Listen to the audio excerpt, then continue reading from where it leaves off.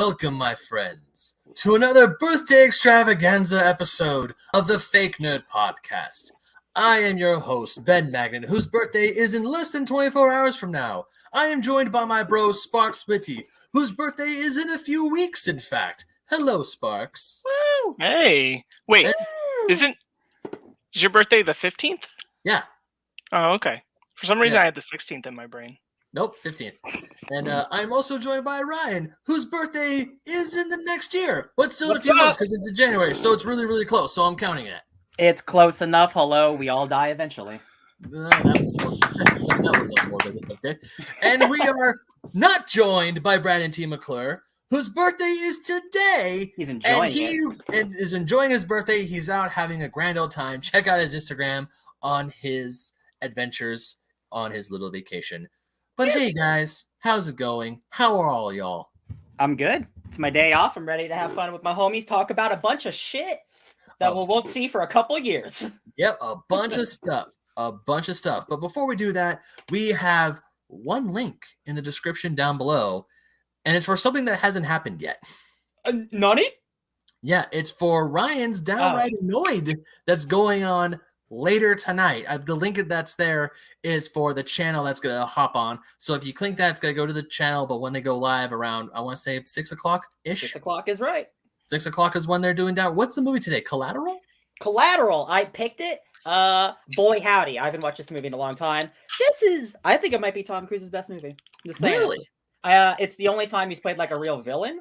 And he's like unhinged in a way that like he just doesn't get to do anymore. And I think why is because he's so good at being a bad guy that if he did more roles like this, he'd just become an actual bad guy and go to jail. He's that good at it. So like he had to become a superhero or else his life would be so different. Check that out. 6 o'clock. Pow.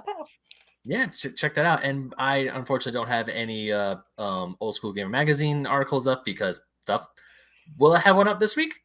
Maybe. We'll find out. But yeah, so that link is down there. So if after you're done watching this, you can go check that out and wait till 6 o'clock. Watch Ryan talk about Collateral. And yeah, with that done, gentlemen, how was your week? I don't want to go first this time. In entertainment news, I'll go first. It's a lot of the same as last week. I beat Guardians of the Galaxy. That game, hey guys, you've heard it from everyone now. That game's phenomenal. Man, that game, I didn't expect to cry twice in that game, but I sure did. Now that Chris Pratt's kind of a mean boy, like this Star-Lord's the best. This I love him. Like so much more in tune with like the comic, but also still like that James Gunn mentality. But like, man, just so good. I love it. Like I want to replay it again, but it's also pretty long. For a story game is great. That's really great. But like it's like a whole endeavor. So I'm probably not gonna do that. I want to try to play it with you, Ben, for the channel. But whenever that'll happen is probably never. Skyrim's 10th anniversary came out. I can't believe that game's 10 years old, and I played that game. I bought that game probably 6 or 7 times at this point. I don't care how many times you buy Mario, Nintendo nerds. A lot. Yeah, that's just a joke. I'm kidding. Hey guys, that's the same game, but it just looks a little prettier, and there's more stuff than last time. Like, there's nothing else to add. Like, I just love that game. It's a great world to dive into. What else? I've caught up fully to Succession. Succession, y'all. Emmy award-winning Succession is excellent, and it is just so juicy every episode. All the insults are so good. Man, I don't often like watch shows as they're coming out, and now like because of HBO Max, I'm like, oh wow, I can just watch it like when it comes out. So I'll watch a new episode probably today or whatever. That's fantastic. I've played. My background here, audio listeners, there's a background of No Man's Sky, the video game. I've played so much No Man's Sky this week, y'all. It really is just, I think it might be like a perfect Ryan game. It's so vibey. It's so chill. They've added so many things you can do in this game. It's insane. Like every single day I'm finding new things to do. And I'm like, I'm never going to finish this game. And it's incredible. I love it. I'm on a mission right now, guys, to build a living ship. Because like, there's space travel in that game. And like, I found this thing called a void egg, right? And it's like, yo, this egg is humming. And like, I tuned to its frequency on my radio and it started talking to me. And then this living ship came to talk to me. And it's like, hey, I'm alive, but also not alive. Find out this mystery and you'll have your own ship. So like, I'm doing a quest every single day to unlock this living ship. And it's like, really cool hardcore again after Dune. Like, oh, this is perfect. It's so beautiful. Like hardcore science fiction. Loving it. Look at all these multiplayer people back here. I just want to play this game with all my friends, build beautiful bases, go swimming. It's so much fun. I'm sure I've played other things. I played a lot of things this week. A lot of little things. And then go ahead, Sparks. That's it. That's everything. I think so. It doesn't really matter. Did you read any comics? No, I haven't gone to the shop in 2 weeks. Oh, okay. Oh, Yeah. Well, sometimes I mean, like you'd read on Unlimited or something. It's true. I might have, but nothing that stands out. Okay. I thought you were reading some Guardians comics. Was I? I literally today. Oh, okay. Yeah. There's. I was looking through my shit, my shit in my closet, and there was a Infinity Watch. There was Adam Warlock in the Infinity Watch #1 comic. So I did read that. So yes, that was one comic I did read. Hey, that's 90s Jim Starlin beauty. Like, after the Infinity Gauntlet, Adam Warlock has the Infinity Stones, and then he gets put on trial by everyone in the galaxy because he's like, "You can't have this power. Look what Thanos just tried to do." And Galactus is there, but like, Galactus, you eat planets. What are you doing there? Yeah, space comics are cool, man. Man, that Guardians game is might be the best Guardians thing put out in media. It's so good. I love it. Now it's on to Sparks. Thank you, Sparks. Nice. I have been continuing to catch up and keep caught up with the CW shows. So I'm 1 week behind the finale for Supergirl, which also means I'm 2 weeks behind on Batwoman and Legends now. But it's all consistent now. So the only show I'm really behind on is Superman and Lois because we watch that together. Hell yeah. So Legends, really good. They've actually done something really cool this season, which is at the end of last season, the Wave Rider got destroyed. So they're all stuck in 1925. So the season is all about them not having their resources and having to preserve the timeline and figure out how to get out of 1925, which is a cool gimmick for a show that's just every episode has been jumping around most of the time. It's like a Doctor Who one. Like, oh no, they got my TARDIS. Yeah. And so they're stranded now. It's a good setup. I think they're doing a lot of cool stuff with that. I just watched the 100th episode. That was the last Legends episode I watched, and that was really cool. They found a neat way to like via Gideon and like going inside Gideon's brain revisit a lot of characters. So you got like Victor Garber back and all this kind of stuff. It was fun. Supergirl's pretty good. It's heading towards a what seems like a very satisfying conclusion. So I'm pleased with that. And Batwoman's really solid right now. Batwoman's doing something pretty cool where I think it's smart that they've cemented that not only are you not going to see Batman really in the Arrowverse, that's just not going to happen.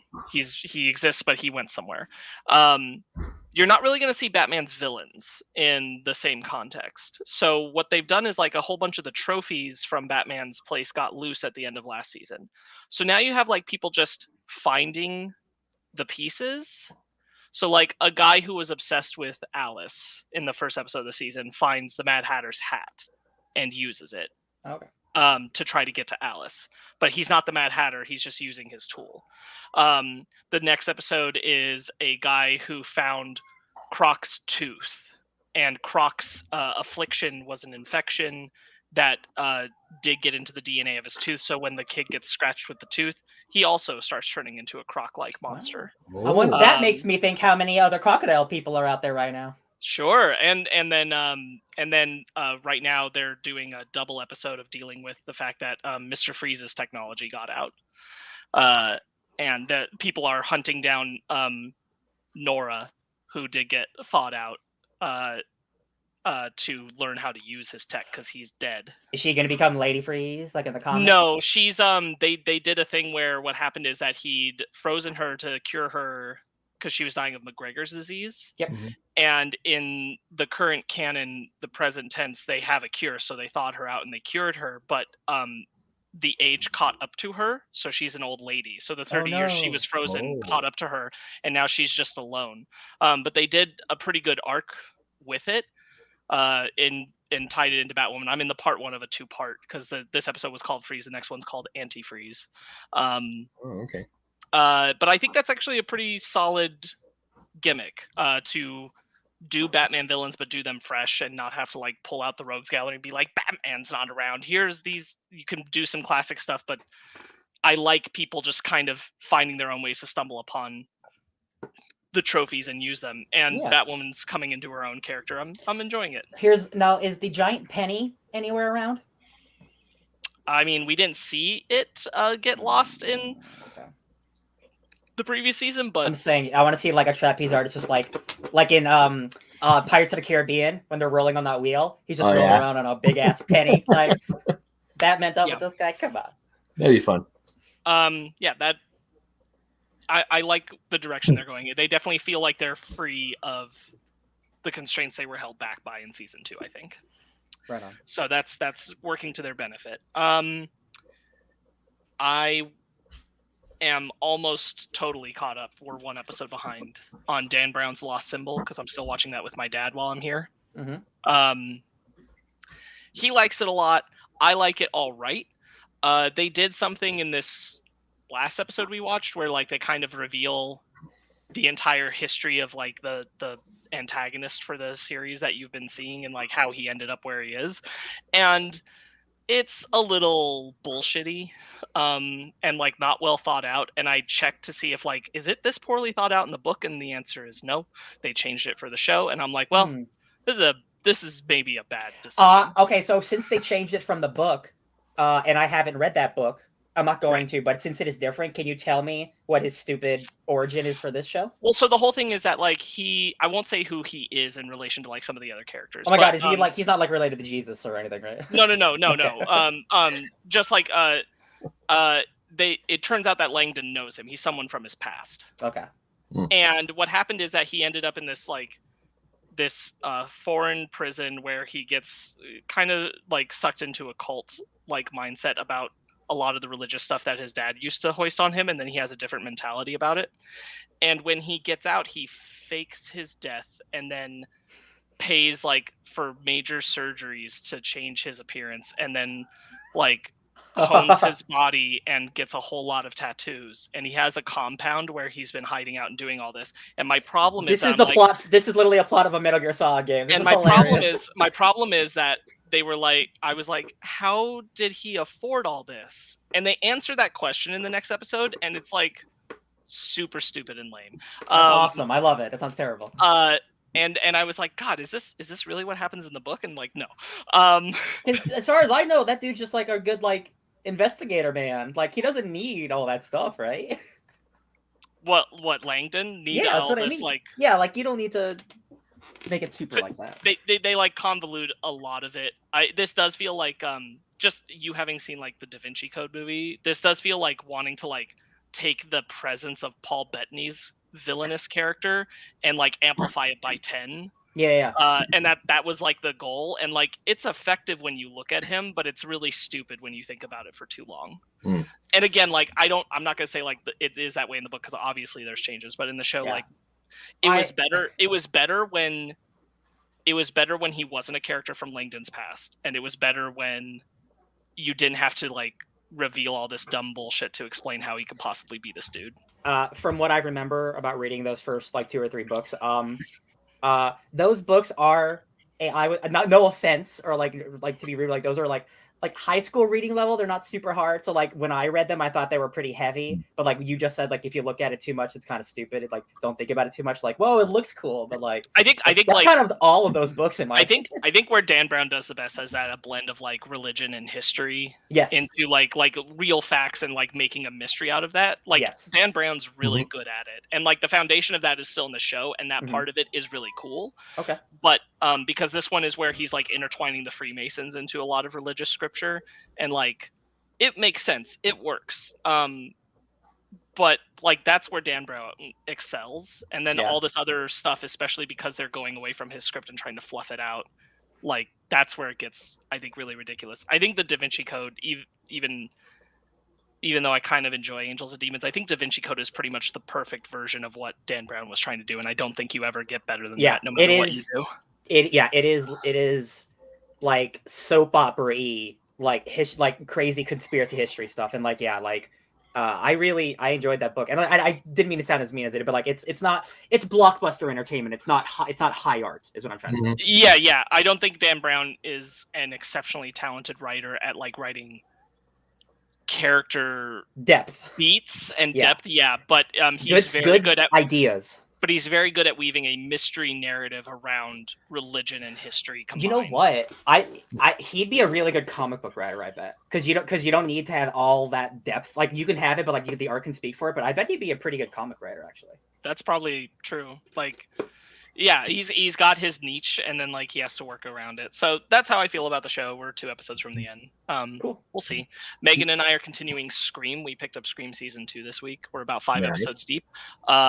Really like it. I think it's actually a really great follow-up to the first season. I think my favorite thing about it is that like it's allowed to do what the movies try to do to an extent in the sequels, but they just don't have the landscape to really go into it.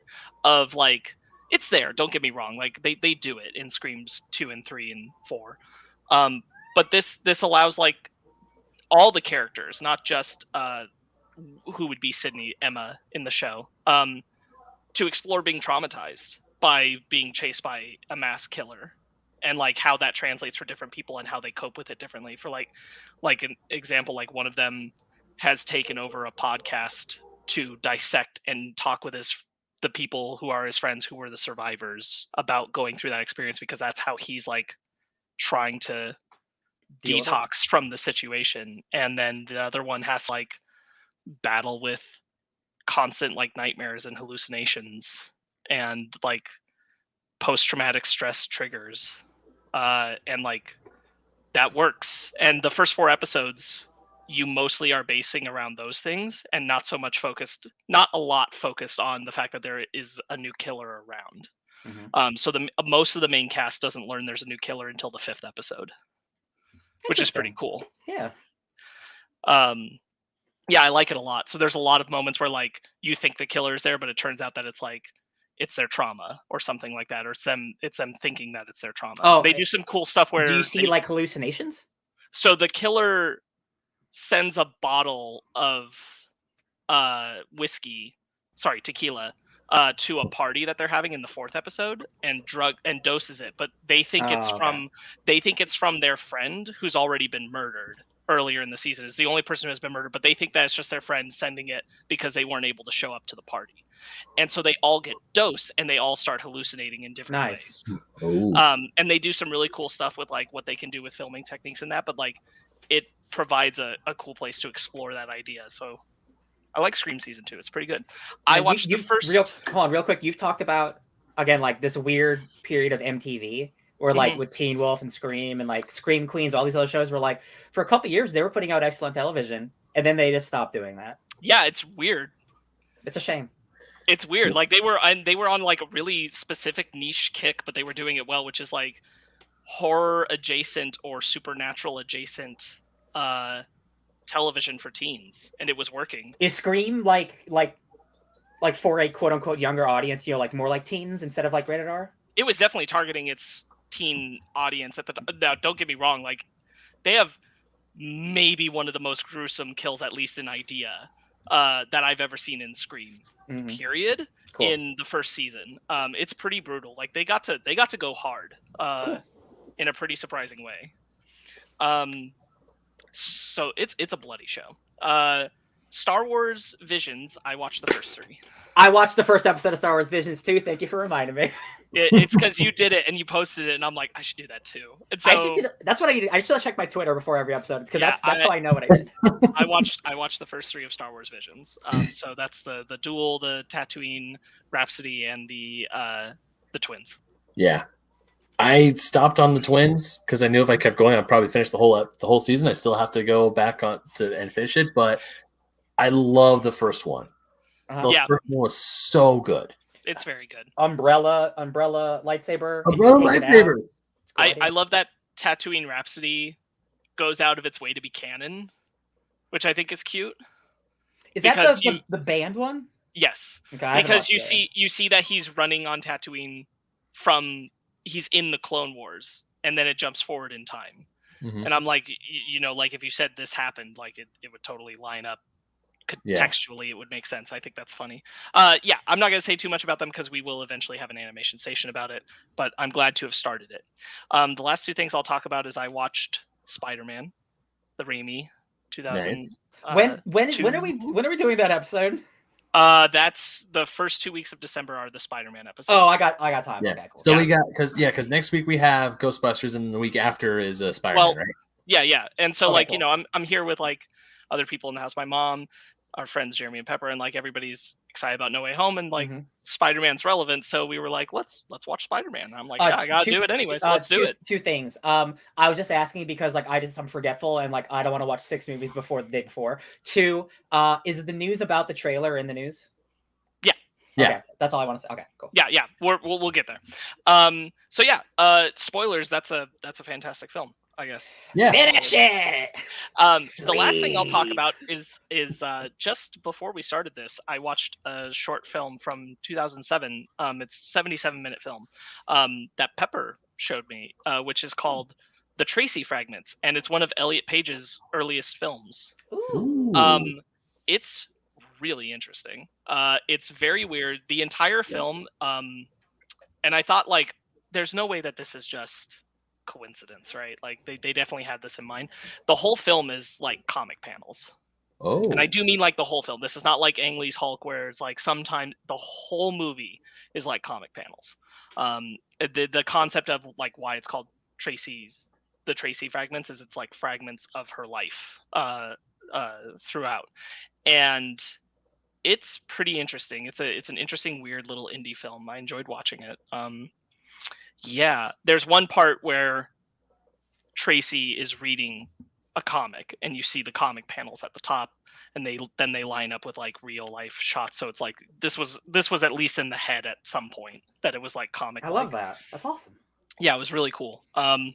So that's it. That's what I did. You brought up Ang Lee's Hulk from 2004. We should not anytime soon, but we need to reevaluate that movie because that movie spent like a year getting edited, and that is some of the coolest editing that any comic book movie will ever have. Yeah. Even though that movie's not terrific, I think that holds up. Yeah, I want to as well.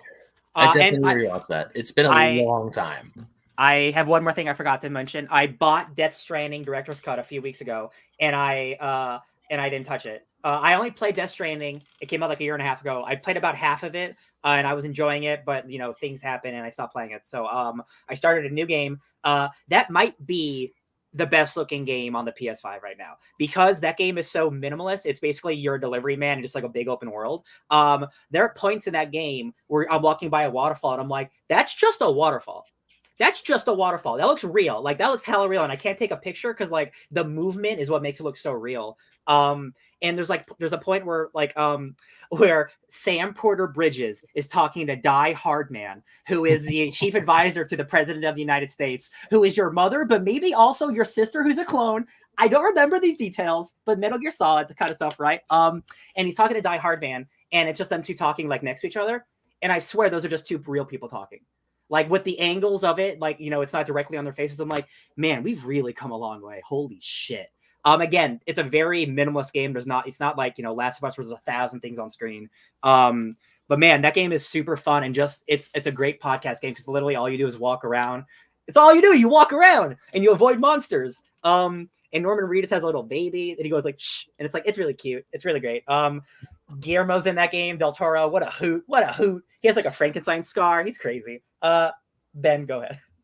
Yeah, because I remember you were posting a bunch of stuff about that, and then did you play Death Stranding without the PS5 setting? Yes. So here's the thing. So if you have a PS5, it's sometimes difficult if there's two versions of the game to tell you which one you're playing, and especially with games that you have to buy an upgrade for. Like I bought the upgrade for the game, and then I started it, but I started the PS4 version. So I just replayed the first hour and a half of that game on the PS4. I'm like, wow, this game looks good. And then I started it over. I'm like, oh no, it really looks good. Holy shit. And I wasn't even mad because you can skip cutscenes. And literally like half the first hour is nothing but cutscenes. So I skipped through it in like 15 minutes. It's man, make it easy. Now it says PS5 or PS4 on there. That was a recent update. It was a mistake, man. Okay, but hey, at least you got up and running now on like the pristine graphics. Oh yeah. Mwah. on what that machine can truly do. So I didn't do a whole lot this week, but I did do something I'm very proud of, which is chipping away at my giant stack of comics. Now, of course, it's not as big as Ryan's stack, but Okay. I got it all organized. I have this beautiful reading order. And then when I got organized, I realized I was missing one book, Marauders 21, which is the start of the Hellfire Gala. Oh no! So I'm like, damn it. I need to get that book, which luckily it's not super old, so it should be easy to find, thankfully. So, but I have all my other books on top, and then like half of it is all my X-Men stuff. Hell yeah. But I will say, if you have a hard time getting Marauders 21 and you do want to read them, the Hellfire Gala is not like X of Swords. Those tie-in issues don't go together. You can read that issue by itself whenever you want, and it won't tie to the other stories. So like, if you want to read those books, don't be afraid to go through them. No, but the reason why is also because I really like Marauders. I love what who's writing Marauders? Jerry Dugan. Dugan, thank you. I love what Jerry Dugan is writing about. So it's not just the fact that I'm missing a part of the Hellfire Gala. It's also because I'm missing a Marauders issue, and I don't like I'm missing a Marauders issue. Mm-hmm. So that's because Marauders and Excalibur are my two favorite X books. I haven't gotten into the new X-Men stuff yet, but I will eventually. But I have it all set up. I have it all nice. It's in the reading order. I'm like, okay, this is good. I think you specifically will love the new X-Men by Jerry Duggan, Ben, because it's a little more action centric, and the first issue is literally them making a mecha. So it's a kaiju issue in the first issue, and I'm like, what's up, baby? I'm into that. Yeah. So besides that, the one stack of books I did get through is I'm now finally caught up on all my Sonic the Hedgehog stuff. I love it. It's Sonic the Hedgehog. I really like what's going on right now. So I'm like, cool. I got that. I got that going for me, which is nice. Oh, yeah. And I also watched a few more episodes of Cowboy Bebop. I'm on episode 7. I'm on episode 7 right now. I know I still have a little ways to go. Damn, that show is awesome. It is just gorgeous. Makes me miss 90s anime aesthetic. Just everything, like all the ships, just the location. When we're introduced to Faye Valentine in the casino episode right after that is just, I love this. But one thing that kind of makes me mad about watching on Netflix is, unlike with Evangelion, because with Evangelion there's stuff before the intro. This one skips the intro automatically. Like when you're watching it and it goes, okay, watch the next episode, it goes to the next episode, then it skips the intro, which kind of bums me out because, like Evangelion, I really like that intro to Cowboy Bebop. And it was even stuck in my head while I was at work and I was doing my Christmas shopping. I'm looking at stuff. I'm going, like, anytime I see anything Bebop, I go 3, 2, 1, let's jam. I'm like, man, it's got its hooks in me, and I can't wait to finish it. Ben, if you really like that 90s anime aesthetic and you want more, might I recommend Lupin the Third? Because Lupin the Third just keeps releasing parts. And it never loses that aesthetic. No, it doesn't. I remember watching Lupin the Third on Adult Swim back in the day, and I loved Lupin the Third. Hell yeah. There's that, and also I know Brandon definitely wants me to watch it. It's Outlaw Star, because I think I saw one episode of Outlaw Star years ago. I was on vacation somewhere, and I was just on Cartoon Network, and it was just random anime. I'm like, I have no idea what's going on, but this looks pretty cool. So definitely I need to watch out. I definitely need to watch Outlaw Star. But besides that, it was reading my comics, watching Cowboy Bebop, and one thing I do want to talk about. It's nothing. It's not like a big thing, but like I said, it's my birthday tomorrow, so I decided to treat myself, and I finally got a Super Smash Bros. Special Edition Pro Controller for the Nintendo Switch. Woo! I've been hunting this I haven't been hunting this controller down, but ever since Smash Bros. Ultimate came out, this controller was out for a hot second, and then it disappeared. It was gone. Ben, at the Halloween party I went to 3 weeks ago, there was a Smash Brothers station, and I just went up there. I played as Bowser. I got first place, and I bounced. Nice. I was like, that's all I need. See ya. I felt cool. Yeah, but I was doing my Christmas shopping yesterday. I was with my old friend Elena, and I see it at one of the places where I got a present, and I'm just like, it's there. And then Elena's like, did you get anything for your birthday? I'm like, not yet. She's like, you should get that. She's just like, it's like back in the day when I was with Brandon, I see something, it's like, man, I really want it. He's like, you should treat yourself, Ben. You should get it.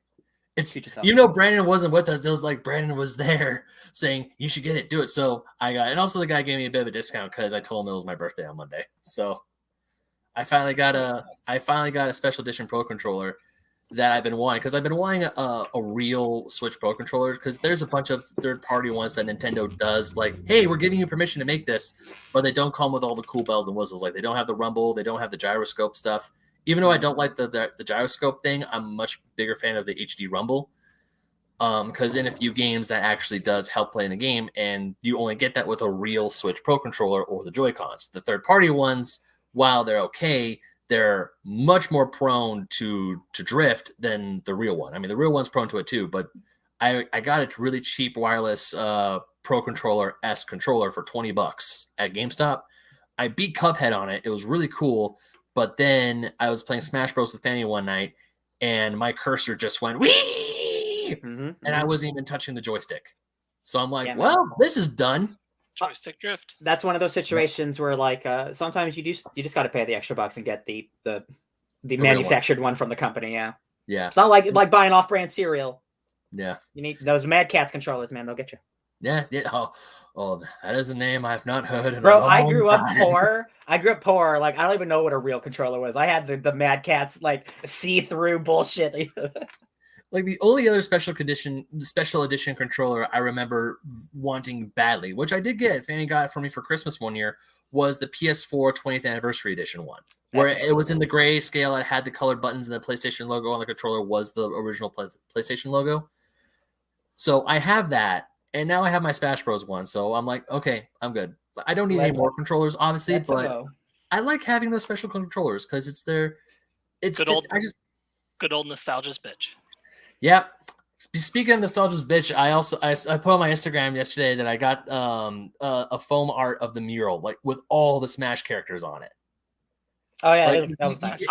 Yeah. You guys remember that mural where at the end of everything they put like the new character on, or it's like all the characters? Yeah. So I've been waiting to get this for a while, and the place I would go to, once again, Dragon Sons, they had it when all the original characters, like the characters that were on the base game, no DLC characters, were there, right? They had the base one. And I didn't get it. And I'm glad I waited, because now all the characters are there. All the DLC ones are there. I know eventually Smash will add more characters. Oh, yeah. Several. But I want them to announce next week, actually, we're going to add more characters just because you bought this week. I want all those artists. You got it. Just kidding.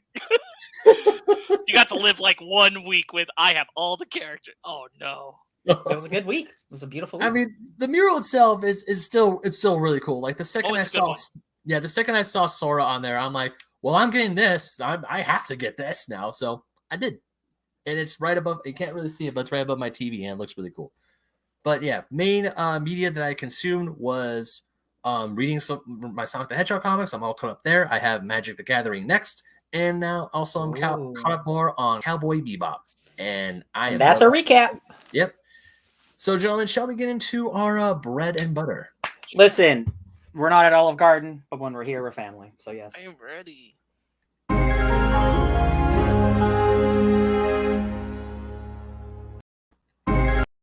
Damn it!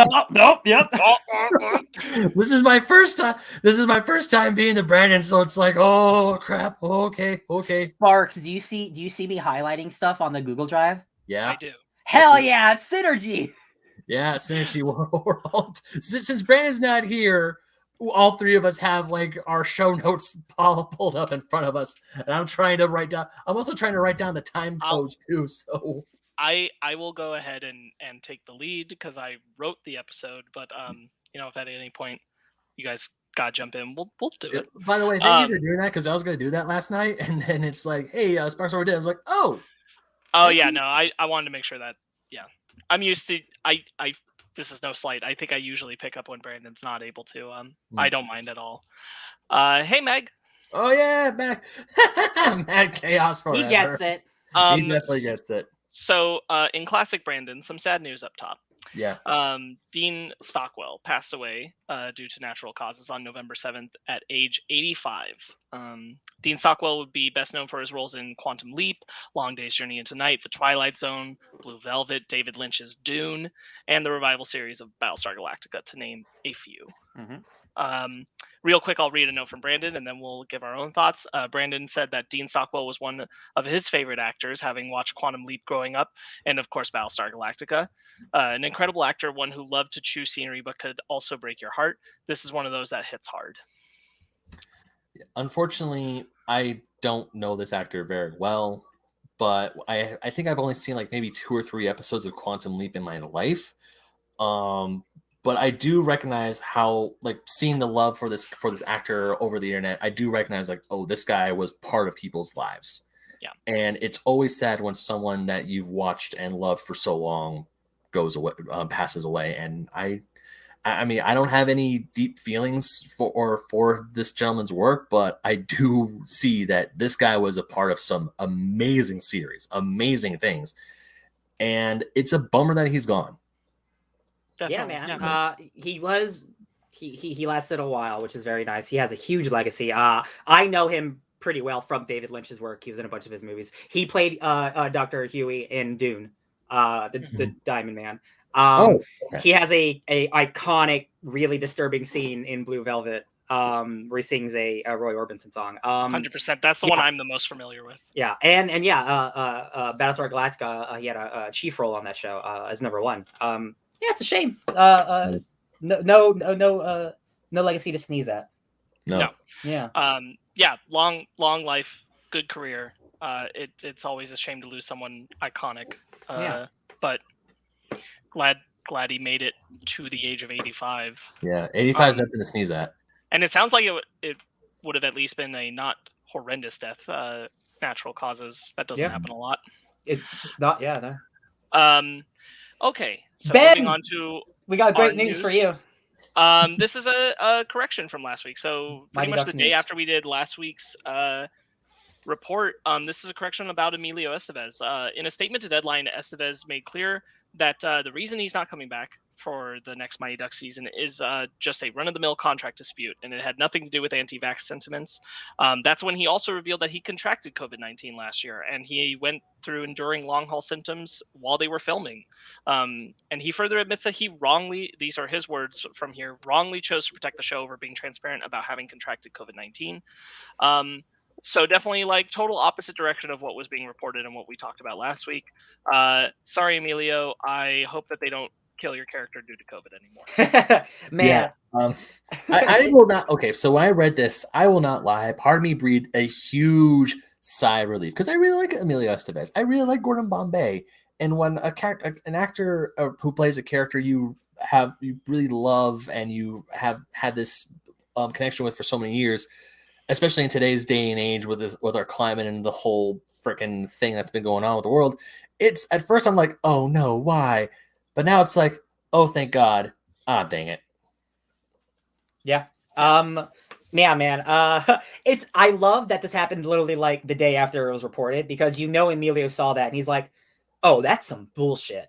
I could be a lot of things, but an anti-vaxxer, I will not be labeled. Well, I'm not that kind of person. So like, respect on him, like call his PR person. And like, it sucks because like, this is literally the opposite of this news story. He had COVID and he didn't have a light COVID. He had like the worst version of it where he was sick for a long time. And I'm like, I hate the Hollywood news cycle is really awful sometimes. And I'm glad this was able to come out as quickly as it did. And I would definitely say, I mean, yes, him being on set while he was sick was wrong, but him coming out and admitting that he was wrong, I was like, I can respect that, because it's harder to. We keep seeing that trend on like Instagram and TikTok where it's like the 3 hardest things to say is I was wrong, I'm sorry, and Worcestershire sauce.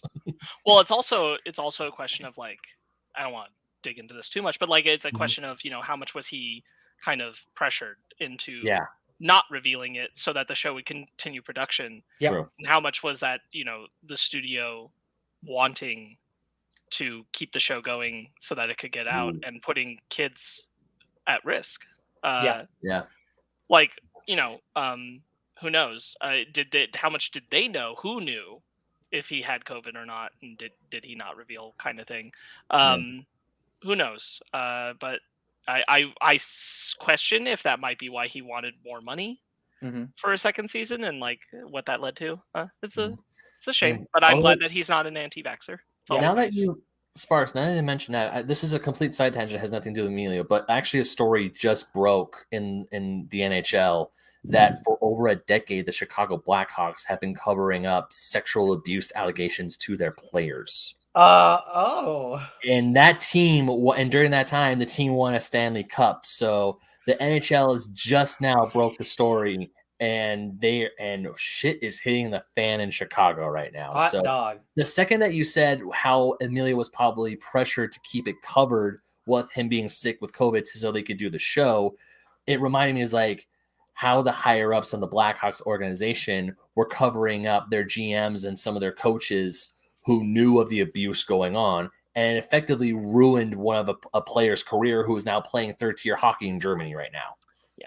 I mean, the unfortunate reality is always that, no matter how much a company says that, they care, like it's all about that bottom line, baby. It's always going to be about that bottom line, and anything going on beyond that is an inconvenience. As someone who just watched like 2 seasons of Succession, which is literally all about business stuff like this and corporate cover-ups, gross. Very gross. Awful. People. I hate people.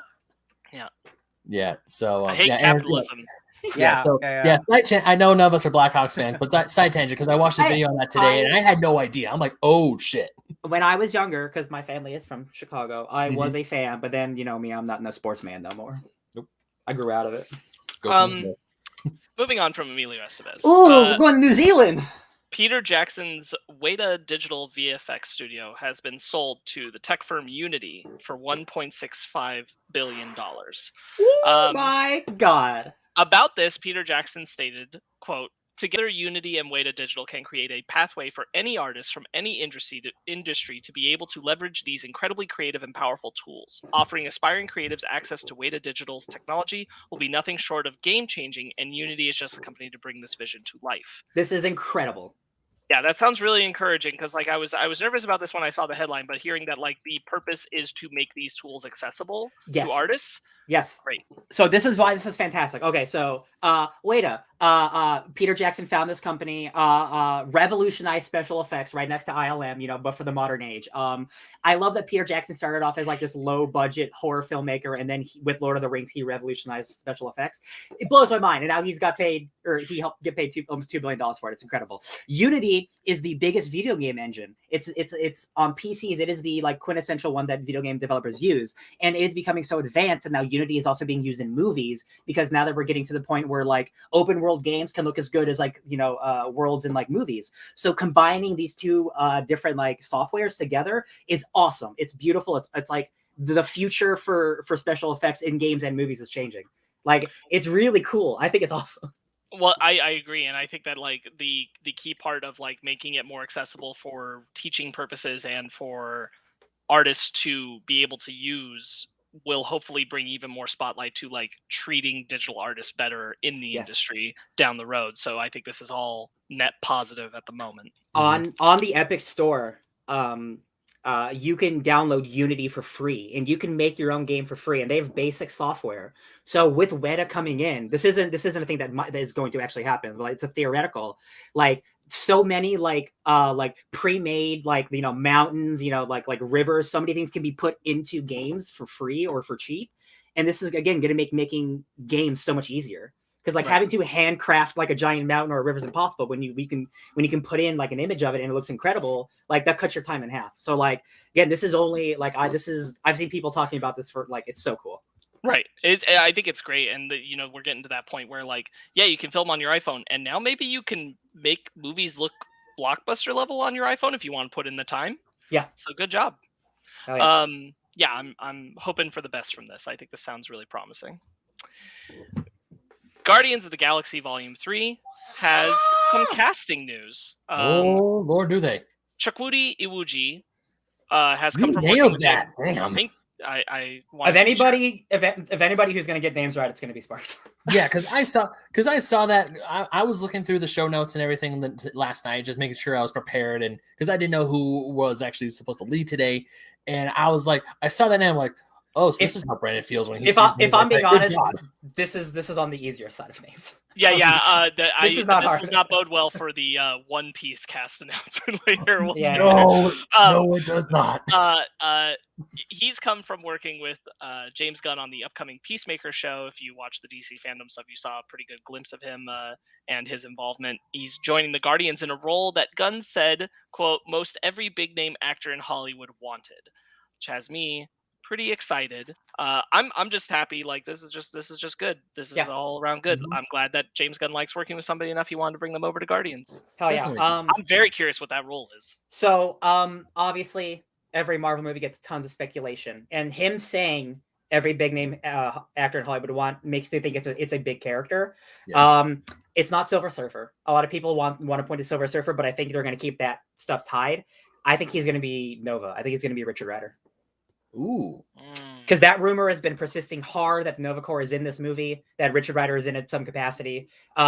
Making him not a white guy would be a great move because it doesn't really matter to his character. I do want to know so much more about the Nova Corps after the events of Infinity War. So. Yeah. If they're all dead but one guy, he's the guy.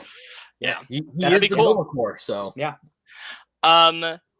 Slightly in related news, Sylvester Stallone released an Instagram video the other day from the set that seems to confirm his involvement, which I'll be honest, I wasn't even thinking about, but I realized, I really do want that because I want follow-up on that post-credits tease. The Guardians 3000, the original Guardians, yeah. I completely forgot about Sylvester Stallone being Guardians Volume 2, and then when I saw that, I'm like, oh yeah! And I'm like, yeah, I want more of that! I also think I hope this is laying potential path forward for a different director to come in and do more Guardian stuff that wouldn't be involving necessarily our Chris Pratt Star-Lord or our Dave Bautista Drax. 100%. I don't think, like, I would love to see it obviously, but I don't think that the Guardians 3000 squad with Michelle Yeoh and Sylvester Stallone would get a movie, but they can definitely get a Disney Plus show. 100%. Or at least be a team we follow in another movie, and then like they're popular enough they end up getting a movie. Oh like, yeah, however it goes. Yeah. Just doing their own thing. Yeah. I meant to move these in order a little bit, so I'm gonna jump for a second. So The Dead Boy Detectives is a show coming to HBO Max. It's apparently going through recasting. This is the HBO Max spin-off series from Doom Patrol. They appeared, Ryan and I haven't watched this episode yet, but they appear in the third episode of this current season of Doom Patrol. And apparently that episode is like dovetailing into leading what the spin-off series would be about. Well, they're looking at recasting the three leads to be more diverse. Cool. So, neato. I will have more opinions later. Yeah, I don't. We haven't met them yet, so I don't even know what they would even look like initially. Yeah, but I'm cool I guess kind of a bummer for the actors who got picked and then introduced in the Doom Patrol series, and like it always bums me out that we have that weird inconsistencies when we move from Doom Patrol into something else, Titans or vice versa. different... Titans to Doom Patrol, yeah. Mm-hmm. Yeah. Wonder Woman 3 announced that Linda Carter is officially part of the cast. That's pretty much it. Just Linda Carter's in the cast. I think everybody kind of assumed that was going to happen, but now it's official. She's playing that original Amazon lady. Yeah, she is. In related news, Patty Jenkins' Rogue Squadron film has been delayed indefinitely, according to THR, due to her other commitments, and is no longer guaranteed to hit the December 2023 release date. Yeah, they would have to get on that thing real soon. Well, they were saying, like, yes, this was supposed to be made before Wonder Woman 3. It sounds like that might no longer be the case. Yeah. Are we all a little nervous about Rogue Squadron? Because hearing the term shelved indefinitely scares me a little bit. Well, I mean, it just means that, like, that's a huge blockbuster movie that needs a lot of time to film, and the pandemic screwed it up. So they don't have those eight months to a year that they don't have. So they can't say, oh, we'll do that next year, because they've already filled that slot. Right. So like they need to find the time. So indefinitely doesn't mean never. The Last of Us 2 was shelved indefinitely, and then it came out 2 months later. Like, I think that's just a bad phrase. I think it's entirely possible that Patty Jenkins is still figuring out what she wants the Rogue Squadron movie to be, and might have a better idea of what she wants Wonder Woman 3 to be. And that's just where the priority ends up. Okay. Yeah. I don't think that this won't happen. I just don't think it's going to happen on that date anymore. I don't think it's going to be December 2023, and that's fine. Right. Probably like 2 years later, yeah. I'm sure, even if Patty Jenkins ends up leaving, I'm sure there's a Rogue Squadron movie. Yeah. I mean, I would love to see Patty Jenkins. Now that it's announced, it happens. Yeah. I would love to see Patty Jenkins' Rogue Squadron, but also the fact that we're getting Rogue Squadron anything. I'm like, I'm down. I'm not gonna say no to that. I Well, love Ben, Rebels kicking Ben, ass. they made a Squadrons game that you still haven't played. They have, yeah. So don't say Yeah, that. but I mean, I like more Star. I like more of this. I like more I of the know, I'm Star Wars kidding. stuff. No, I know. After when I hear things like, "Hey, we're getting Rogue Squadron as a film. We're getting all this other side stuff." It like the main Star Wars stuff I still love, but all the love and care into these side projects, like these spin-offs or tie-ins, like we'll just like comic book tie-ins essentially. I am adoring these. I love The Mandalorian. Rogue One is still my favorite spin-off Star Wars film. I know there's not a lot, but it's my favorite because that movie is so freaking good. And I just love seeing all this new Star Wars stuff that's outside of the main episodes. Mm-hmm. You do kind of step into the trajectory of like the broader thing behind a lot of what we're talking about today, because we're mostly talking about marketing, because this is Disney Plus Day topic, and this was announced at the Investor Day last year, and maybe it shouldn't have been like. Even then, it was a logo, and Patty Jenkins is involved, and she's got a passion about it because of. And the pandemic was still happening at the same time last year, so it's like and so it's like yes, and so I think we're reaching this point where like that argument that we have that video games are learning about like not marketing too soon. I think we're reaching that argument with movies and television, and that's kind of going to be a driving force of what we'll talk about today, and we'll get there. Yeah, maybe Investor Days should be for investors. Yeah. Yeah, we'll see. Maybe Disney Plus Days also shouldn't happen. Star Trek Prodigy. For Brandon, just so this is out there, season 2 was ordered after being a major hit, apparently, with Paramount Plus subscribers. Only the first half of the season is out, to my knowledge, and it's already blasting off. So they're getting a second season of that Nickelodeon joint children's show. Good for Set your phasers to season 2. Also with a season 2 confirmed is Squid Game from the creator. It is in the planning process. There is no estimated time for filming or any of that, but it is happening. So this is so funny because if you know the story behind Squid Game, the creator took about 10 years for it to finally get made. And immediately after the show came out, it was a success. People asked him, "So, do you have an idea for the second one?" He said, "None whatsoever. I have spent 10 years trying to get this made. I have not thought about the afterwards, because why would I? I haven't got it made yet." Yeah. So the fact that it gets announced and he's saying don't ask about it makes me happy, because if this were coming out next year, I would be really worried, because that show is extremely tight and it's really emotional, and it's not something you bang out in a year. Right. Yeah, no, it's good that it's definitely like upfront, like, oh yeah, I'm working on it, but I am like thinking about it. Like that's where we're at. We're at the me thinking about it. I'm also extremely glad, because this is Netflix's most like watched thing ever, like around the world. And like it would get a sequel no matter what. So like the fact that the creator is still there, he didn't get booted out, makes me super happy too. Yeah. Also, side note about this. Good for Korea. Mm-hmm. Because you got Parasite that came out a few years ago. Now you got Squid Game, which is the most watched and most talked about thing all over the world. Korea's been kicking ass. Ben, as someone who does like a movie, no, I'm saying South Korean cinema has been hot for a long time, my guy. Oh yeah. And then we finally put one of their heroes in an MCU movie, and we kill him. Thank you, Sparks. That's why I'm mad about it. Yeah, that's bullshit. And yes, I know I need to watch Train to Busan. I really want to watch that movie. Paramount had some delays. Transformers Rise of the Beast has been delayed a year to June 9th, 2023. I don't find this incredibly shocking. I would be very surprised that movie would come out June 9th, 2022. I think that we're seeing still the ambitious deadlines being pushed back, which is honestly good. Don't fight the pandemic. Take your time to make them after the pandemic. It's okay. Because of that was the Star Trek film's date. So Star Trek has been pushed back 6 months to December 22nd, 2023. This is supposedly the 4th Star Trek film. This is the one that is a sequel to the Chris Pine trilogy. Do you know what movie comes out on December 22nd, 2023? No. Untitled Star Wars movie. Oh, right. I remember. Yes. Guess what? Guess what? One of these movies is not coming out that day. The Untitled Star Wars movie. Yeah. Oh, that was the Rogue Squadron film. Was it Rogue Squadron? Yeah, because we just mentioned earlier, it is no longer guaranteed to hit that December 2023 release date. Okay. I thought it was a different one. There it is. It's right there. There you go. Moving on. Paramount saw the writing on the wall. And they're like, go, go, go, go, go. This is an interesting one, and I'm not familiar with the property, but I did think it was interesting. Ben Stiller is directing and starring in an adaptation of the 1960s British superhero sci-fi series called The Champions. Kate Blanchett is also already signed on to co-star with him.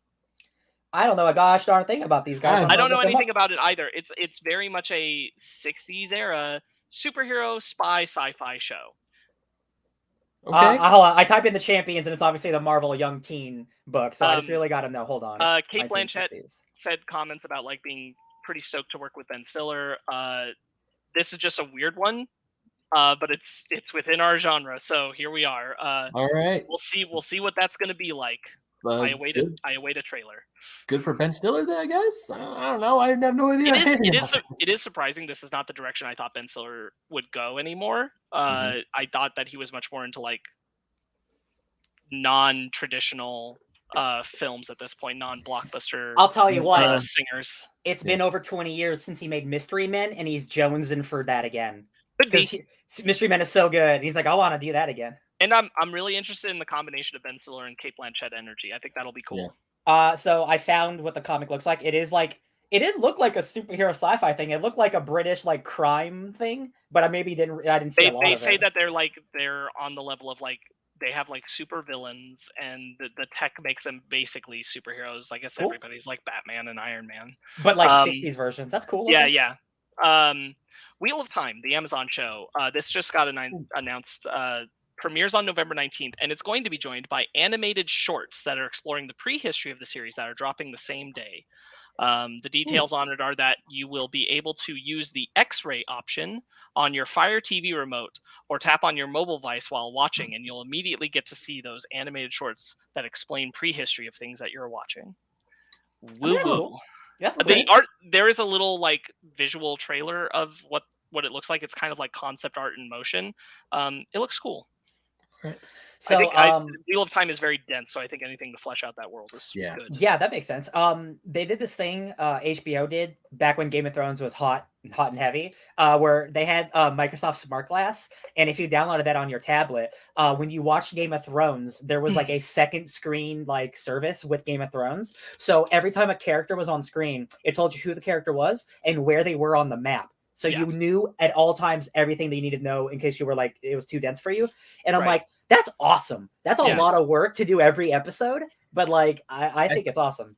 I forgot what season of Game of Thrones I had that came with it. Because there's like a special little, it was a DVD that was narrated by a bunch of the actors from Game of Thrones, where like each house had someone essentially explain the history of their house, like the big events. Like, because you're talking about the Targaryens, it's like, oh yes, when so-and-so fought. And like, if you're just watching the show and you're not paying any attention to the ancillary material, you're like, who the hell is that guy? What are they talking about that guy for? So it's hearing like more stuff like with Wheel of Time, where it's like, hey, you can like watch a short little thing, explain the history for it, especially with these dense fantasy worlds that have like thousands upon thousands of years of prehistory before you watch the actual thing. I kind of dig, and it kind of helps flesh the story out a little bit more too. I will also devil's advocate this. Because we just watched something like Dune, and it makes me think of Lord of the Rings. This makes me wonder, is this show too dense and it can't stand on its own, so it needs these pre-animated things to try to ease you into it? That's not actually what's happening, but that's just me playing devil's advocate. Yeah, I have no idea. I have to suspect that it's just like extra optional. Yeah, we'll see. They got a huge budget. They got to spend it. Yeah. My impression is not that you'll need to watch them. It just might be more fun to do it than going to Wikipedia if you have a question. Yeah. Captain America 4. I just thought this was worth discussing a little because Marvel Studios Vice President of Production and Development, Nate Moore, put his foot in his mouth when he spoke on the next Captain America film, highlighting the core of Sam's character. He expressed that Sam is an underdog, not a super soldier, which is cool, but he took it further to suggest that he'll have to be put through the ringer and earn his place. Sparks, I got a question. Yeah. I remember a couple months ago, we did a Fake Nerds watch for a television series called Falcon and the Winter Soldier, right? Yeah. At the end of that show, what did it say at the end of it? Captain America and the Winter Soldier. I'm just saying. Nate Moore made that show. What are you doing, bro? He doesn't gotta re-earn it. He's earned it. I mean, like, and I definitely think this is just him, like, talking and not thinking about what he's saying, and Yes. that's definitely fair. And like, he's really, what he's thinking about is, he's like, I do think it makes sense that he's like, I want to showcase like him not being a super soldier and what he has to do in that, being that underdog. And I'm like, I agree, he's not a super soldier. That is different from Steve. He has to do different things. Solid. But this idea, and I think it's more that it's so common, especially with legacy characters, where it's like they gotta earn it, and I'm like. And then, like, I saw a great Twitter comment where it's like that. I love when they do this arc with Nightwing at least once or twice every 10 years, where he's got to earn being Nightwing. And like, you just, no, he doesn't. He doesn't need to earn being Captain America right now. That's not the story. Like, hopefully, that's not what the crux of the film is. I really hope so too. Because if someone in that movie says you got to earn that shield, I was like, he did. He earned it when Steve gave it to him. That being said. So real quick, that being said, I don't want the movie to just be filled with people who just love him as Captain America. I do want it to be a mix still. I still want there to be people who like, because I want us to pay off that you know, they'll never accept a black Captain America. And like, there's definitely people that won't. Those people should still be in the film, and that should still be a thing that he has to think about. But there should also be people who are like, nah, he already Captain America. Like, we done. That it should be both. Because like, yeah, like I absolutely want to see like, you know, some dude going, "You're not my Captain America," and then he has like, he's got the shield. Like, I'm pretty sure I am. Sorry, like but I don't. Again, I also don't want the whole movie to be just that either, because like that's what the show was kind of that. Exactly, and I don't want it to feel like the movie's point is that he has to earn it to us. Yeah, the audience should already be fine. Yeah, there's nobody that the audience needs to be convinced. Like the first arc is over. Now it should be who is he as Captain America? Right. He's already Captain America. Yeah. He's already Captain America, and like there will still be people. There will always be people who will say he shouldn't be, and that's fine. And like they can be present in the story, but they shouldn't be the focus of the story. The thing that worries me is that like this is just going to be like a higher budgeted, truncated version of what the TV show was, but with a different villain. That definitely worries me too. 100%. Yeah. We're living in that same concern. Yeah. America.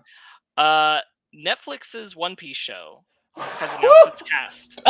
Unbelievable. As reported by Variety, the streaming service announced the 5 main cast members who will portray One Piece's Straw Hat Pirates. Inaki Godoy from Go Youth and Who Killed Sarah, which I'm not familiar with, is playing Monkey D. Luffy.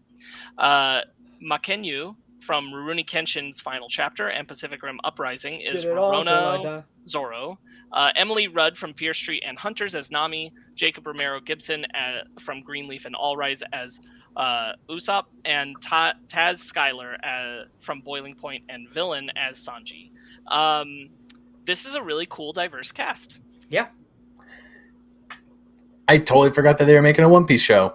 Yeah, I still stand by like the question of why are we doing this for a thing that cannot possibly be done in live action? Of all the manga / animes to do,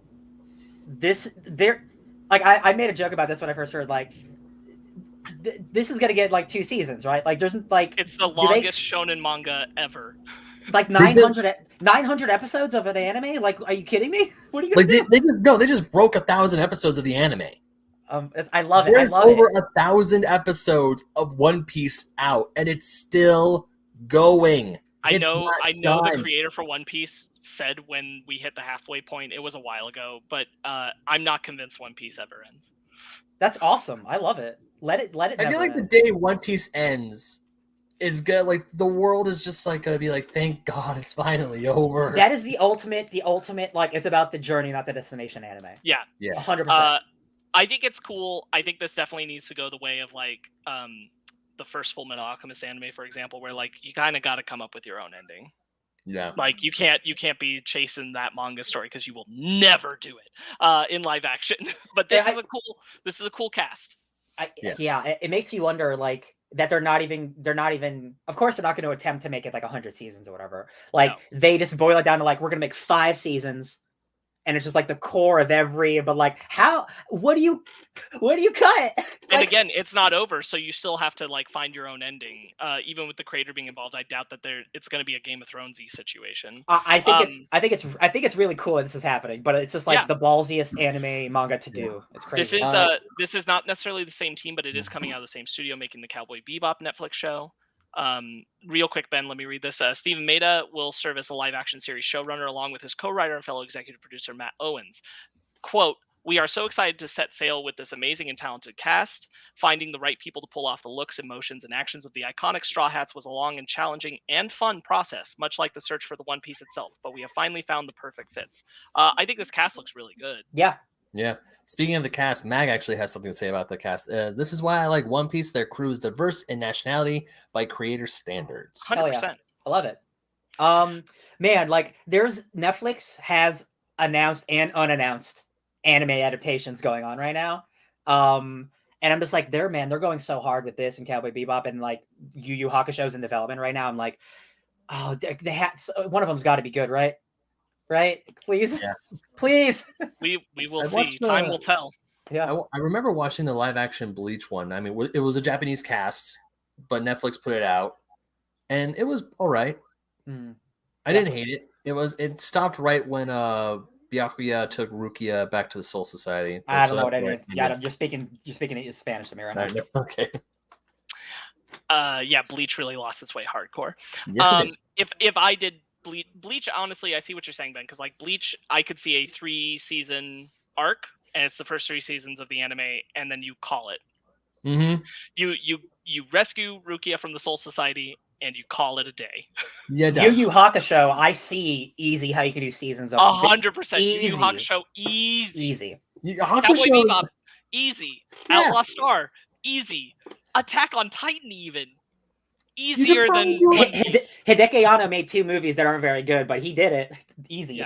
Yeah, Attack on Titan, because they even said the anime is ending. The manga, I'm pretty sure, is all. Demon Slayer, even. You could probably do Demon Slayer too if you want. Attack on Titan is over. The manga. Yeah, Attack on Titan's done. So the manga for Demon Slayer just ended. So I think you can do that. But Bleach with how many volumes of manga? Moving on from One Piece news. Spider-Man No Way Home is getting its new trailer out on Tuesday, November 16th. And to commemorate it, they're having a big old event. The home trailer will premiere with a major fan event at the Regal Sherman Oaks in Los Angeles. The event occurs at 5 p.m. and promises big surprises. Bro. Bruh. The leaks. This is such a mess. It is. The leaks are out of control, and like 90% of them are fake. I'm posting fake ones that like you saw the one Sparks of Goku was in it. There are so many people now just putting out fake things just because the hype is real. Like a lot of these leaks aren't real. Tobey Maguire and Andrew Garfield are in the movie. Oh, 100%. So like I think they are so tired of having to do this thing. They're doing interviews, not talking about it. Everybody knows it's the worst kept secret in Hollywood. I feel bad for Andrew Garfield because Andrew Garfield's the one who's had to go out on a press circuit for Tick, his tick, other boom. film, Yeah, Tick Tick Boom, and like do all this stuff, and people only want to talk to him about Spider-Man. And I'm like, man, I feel bad because like, especially like some of the stuff he's released, like we're not going to get into it in our news, but he's released a lot of statements about like his time doing Spider-Man and where it was hard for him. And I'm like, I feel bad because I bet he was really excited to be asked to do this. Yeah. And it was a fun thing to have filmed a year ago or so. And now it's just like such a slog until he gets to just be honest about it. And I think I will say, like, I just want to get this out there because we're talking about this. I think like not confirming Toby and Andrew were in it once that first trailer came out was a mistake. Mm-hmm. I think that was just like this hype fervor is just honestly like tiresome, I think, in general for everybody, but especially for like people involved. And I'm like, nobody wants to have Tom Holland constantly being interviewed and having to make shit up. You know what? You know what? And like, I bring it up always as a joke, but like, I really wonder how much Alfred Molina has to do with the marketing. And I'm being serious because that dude went hard in an interview saying all of this shit he should not have said. Now, don't forget, Jamie Foxx blew it first. Also, a year ago, I just resaw that. Jamie Foxx is the first one who blew it by saying that he was coming back and he wouldn't be blue. And that opened the door to all of this. And then Alfred Molina, of course. But I'm like, I understood until the first trailer. And I'm like, at the first trailer, like, even if they're not in it, just say they're in it so that, like, these poor people don't have to be harassed. And the internet doesn't have to go insane. Yeah, Mags has something to say about Spider-Man. He's like, still need to know the sixth member of the Sinister Six is. Going on Spider-Man because Sparks, I haven't looked at the leaks. I've actually been actively trying to avoid anything nothing Spider-Man. There's nothing except that, like, oh, here's a picture of Andrew Garfield and Spider-Man, which is it's probably fake. Like, those are what the leaks are. Yeah. Once again, there's two photos I'm pretty convinced by, but I sought them out and I won't talk about it. It's the one where people are sitting at a table, that is 100% Photoshop. Once again, I'm not seeking anything out. Yeah. However, Sparks mentioned something about how bad he feels for Andrew Garfield because he's doing a press tour for Tick, Tick, Boom, and no one wants to talk about the movie. They just want to talk about Spider-Man. It reminds me of when Emily Blunt was doing stuff for Quiet Place Part 2, but everyone was asking her, so are you going to be Invisible Woman in Fantastic Four? And she got fed up and blew, and she didn't blow up, but she straight up was like, stop asking me this. Let's talk about the movie I'm doing now. No, I mean, like, and she's right, and she said, "No, never now," because y'all ruined it. Yeah, y'all ruined it. And I think that, like, Sony's whole thing with this has been a marketing misstep, especially when, like, some of these leaks feel purposeful. The ones that have been real, the ones that have been like the leak of the trailer in like broken early effects before the trailer dropped, like. Some of these feel purposeful in a weird way. The Andrew Garfield one, I think, is the most egregious one, where like the people who do the Corridor Crew, right? Yeah, Brian. They came out and they like made the video about how like this can't possibly be anything but a real video. Yeah, it's like of course, because like and it's like this was leaked out on purpose. And it makes people talk about it, sure, but it's like but like just saying they're in the movie, it would have been enough. See, and like I think this was also a terrible misstep. Like that trailer shows us villains from another franchise. Like Doc Ock's in it, Green Goblin's in it. You're not going to put those characters and not have the Spider-Man in it, right? That's the dumbest thing that anyone would ever do. Like the second Alfred Molina goes, "Hello, Peter," everyone's like, "Oh shit, Tobey Maguire's back." Yeah, like, and he's probably talking to him in that scene, if I'm being honest. Like, like, so this trailer, I wouldn't even be shocked if like you don't actually see their faces, but you see like a shoulder or something stupid, right? Because they don't want to give away everything, but they are making a big deal about this trailer, which means it's as big as everyone says it is. Mm-hmm. And like if Toby and Andrew aren't in the trailer, they are at the event. Oh yeah. Like there's no way you have this kind of event and it's not that big. And what's even potentially more exciting, if they are willing to show us what's in the movie, imagine what they aren't actually showing us. And that's what really gets me excited. Because there is stuff in this movie that's like Daredevil might be in this movie. And that blows my effing mind. I'm so convinced Charlie Cox is in this movie, bro. He's also, I feel bad for him too. He's also doing interviews and like, he's like, God, Daredevil's been done. Wink. Yeah, 100%. Like it's rough. It's rough. To be fair, like he's had to deal with that kind of questioning for years. But it's even worse with No Way Home. Yes, 100%. Like just let these poor actors breathe. It's a month away. You gotta have more. Like my concern, I think my biggest concern of No Way Home is that the substance of the film will boil down to these reveals, and there won't be good text to it. Yeah. I am concerned about that. I am concerned about this movie being too cluttered. More about bombast. And the treat is that they're here, and I'm like, cool. Make it matter though. More to that though? Yes. Absolutely. Yeah. Moving on from that, I cannot believe that there's a fan event where people are going to go stand in line and sit in a watch theater a trailer and watch a 3-minute trailer and then have them say things at them. I did it. I will do that for Comic-Con. I'll do it. Yeah, I'll do it at Comic-Con. I'm not going to go like out of my way to go to the Sherman Oaks for a single Ben, trailer. what did you go stand in line for a trailer to go see? Well, Brandon called for me if I wanted to go last minute. It was the BVS trailer at the. It was the year before the BVS. Jesus wept. He called me up because it was a free event, and he was like, "Do you want to come and go there with me?" And I said, "Sure." We went. We saw the trailer twice in IMAX, and then it's like, "Hey, you're gonna be the first ones to see the movie. It's not the premiere, but you get to go see the movie first." And we got these really cool posters, and we got a free ticket to the movie. Yeah, we got a free ticket. Okay, that's kind of cool. I didn't know that. We got a free ticket. We got free posters, and also Brandon and I, we got to go on joke DCL. was kind of on you, but yeah, go on. Yeah, the joke was on us, but we also got to go on DCL Access on that episode too. So that was cool. Yeah, both of us were on that. That was really right. So yeah, we didn't sit in line and wait.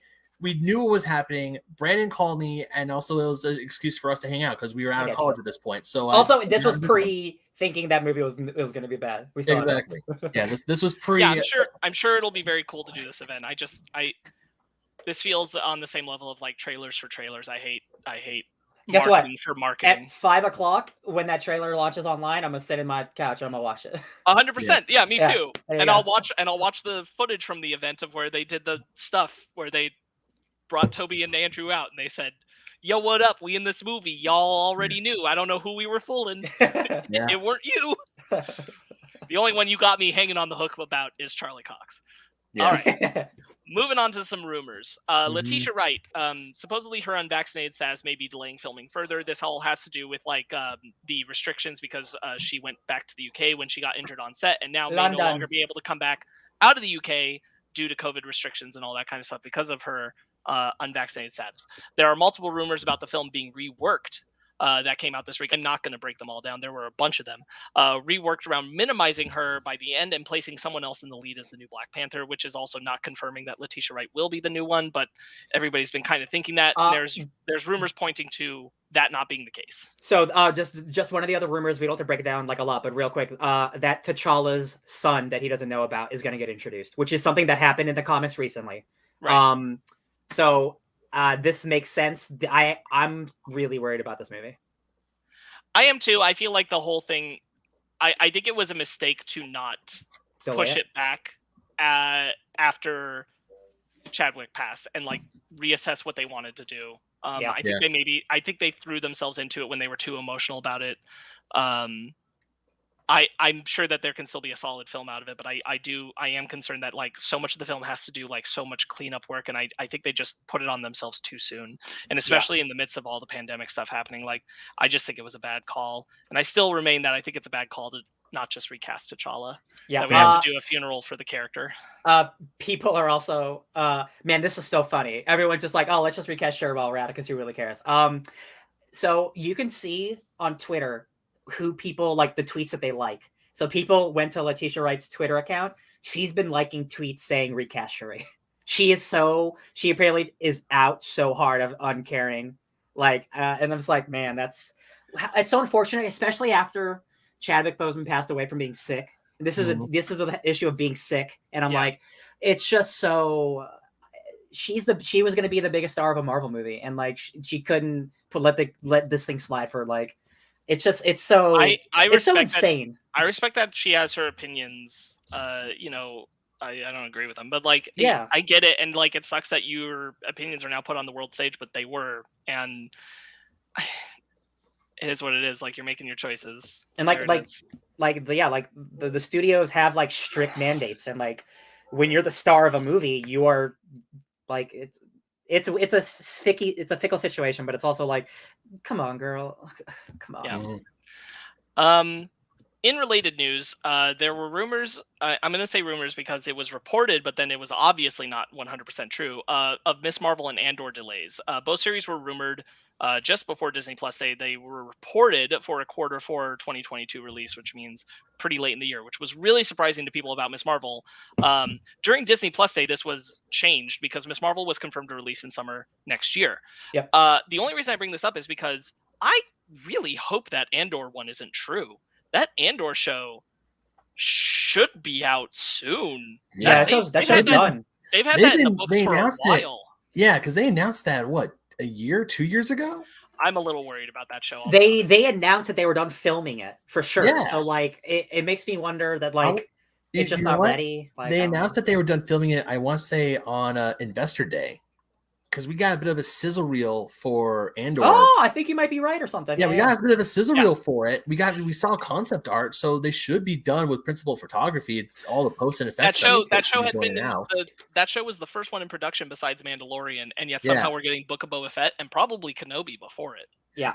If we're looking, we have a lot of shows to talk about, like in this meeting and stuff. So like, it makes me wonder that like, it just might not be in the pipeline and all these other shows. They're like, oh, we got to push it because there's so many things on the docket and it's not ready. Like, I suppose. And like, we'll get into like the Star Wars stuff because there was a lack of Star Wars stuff on Disney Plus Day in general. Yeah. So that's why I was like, to me, in my head, I assumed Andor was next after Book of Boba Fett. Yeah. because it was the one we knew was done. They're currently filming Mandalorian season 3. Kenobi is still in post-production. Yep. Recently having finished filming. I assumed Andor would be soon because it was, again, the second show we knew about. Yeah. It's a little odd. Do you think it could be like post-production woes? It could be. It's possible. I wonder if like maybe they're just not pleased with the final product. I'm nervous about that too. I'm nervous that they're having to go back. I wonder if we'll hear about reshoots. Speaking of reshoots, hell yeah, baby, let's do it. Doctor Strange, the upcoming Doctor Strange in the Multiverse of Madness is doing reshoots in Los Angeles. This is in our rumor section, but this part is reported. This is true. The film will reportedly be shooting 6 days a week for the rest of the year. A mix of additional photography and reshoots. Raimi is still directing, and Michael Waldron is still writing the shoots. Hell yeah. The rumor part of this is a discrepancy amongst the sources about the significance of these shoots. Some are saying that this is fixes from the UK filming that got messed up at the beginning of the pandemic, either because of actors' unavailability around that time, or just stuff that they couldn't do or got done wrong that they need to fix. Makes some sense. They were right in the middle of it in the UK when the pandemic hit. Yep. Some suggest that the amount of time being required is on the level of a standard film and thus means major story changes. Either way, this is the cause of the Marvel film's delay that we talked about being pushed back from March all the way to May. Which isn't, it's only 2 months. It's not a big delay. For sure. My only concern, honestly, in all of this, like whatever, I don't like that 6-day work week, baby. Oh no, it's awful. After we just had the almost IOT strike, we're making people do overtime 6 days a week for the rest of the year. Hell, even with my job, you guys know that once Thanksgiving's over, my war begins, and I'm stuck, and I always am looking down the barrel of a possible 6-day work week. And you all know, every time when I have to do a 6-day work week, I am absolutely upset. Not to like. Actors and what you do are very different jobs, but also they work 12, 14, 16-hour days. So nobody should have to work 6 days no matter what. They're above the line and they'll be okay, but I'm concerned about like we just did this conversation. If they are being paid their overtime and like everybody's like getting on board with it and they're making it according to union standards, I guess like all right, I guess. But it sounds really aggressive. Yes, I agree with you. People, I can't believe it's still this day and age. Like people who know about news, like they get shocked by reshoots. Every big movie gets reshoots, especially Marvel movies. Every single one, like no matter how big or small, it's a part of life. The 6 day thing is scary because that means they're trying to shoot a lot of stuff. So that does make me worried about the movie a little bit. But like, I'm not too concerned about the story because the times when I get concerned about story and reshoots is when a different person is handling it. The fact that they specifically say Sam Raimi's still doing it, Michael Waldron is still doing it, this is still the writer of the film, the director of the film, it's probably fine. It's probably just like some stuff that needs to be worked. I would not be surprised if a lot of it is fixes from the UK stuff. That wouldn't shock me at all. But that's a lot of filming. That's a lot of hours. Really, I am hoping and I am praying that the crew was told about this and they asked, "Are you okay?" I mean, they probably said, "Hey, this was." I mean, they were definitely told about it. Yeah, they definitely told about it. They weren't asked if they were okay with it. But I'm hoping and praying that it's like, look, we know this sucks, but we're gonna pay you for this, and we're gonna make sure you don't die. Because after hearing all this stuff with the IATSE stuff about how they're working 12, 13 plus hours, people have died going home or going to work because they're so exhausted.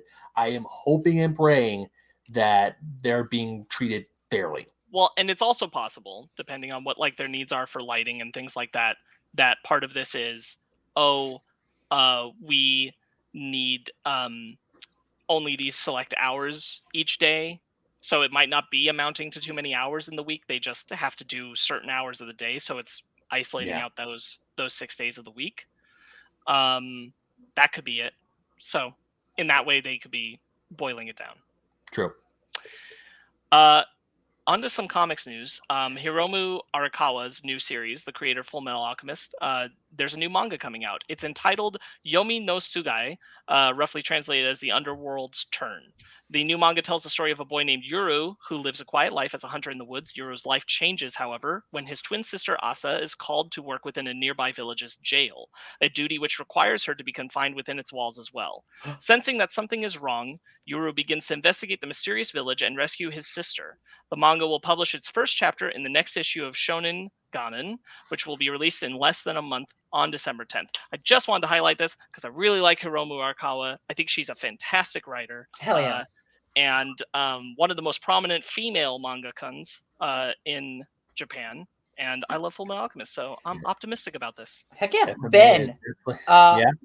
A guy lives in the woods with his sister, and then he has to go rescue his sister. And he's a hunter. Sounds like Demon Hunter.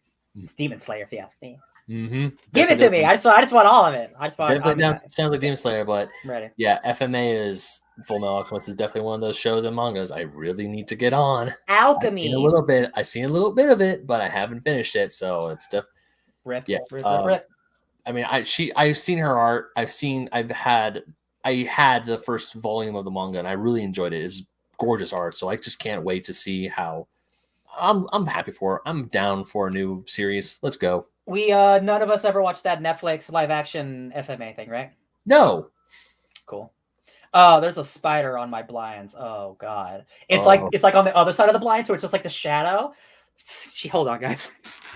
Keep talking. I don't want to get bit by a spider. Right? You gotta go kill a spider. In other comics news, Mary Marvel I love this news is taking over as the new champion of Shazam.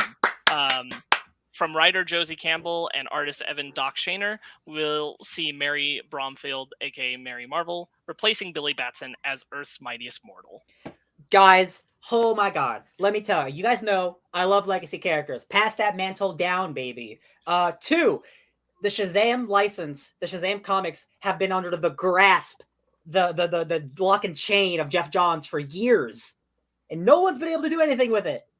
Now they're free. The Shazam family is free to live, to finally tell their own stories. Mary gets to get a big upgrade. Doc Shaner is one of the most awesome, like, cartoony artists alive. Like, he is perfect for like the Shazam character.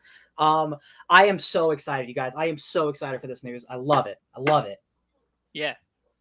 This is good. I'm excited. I'm excited to pick up a Shazam book finally. Like, it's been so long. That's true. Every time a new Shazam book comes out and I see Jeff Johns' name attached, I'm like, okay. Now I'm like, I might actually pick those up. Well, I mean, it's been the one that's been delayed. Yeah, forever. he's been the only one writing Shazam ever since like the New 52 did the whole thing. Homie, that's a decade.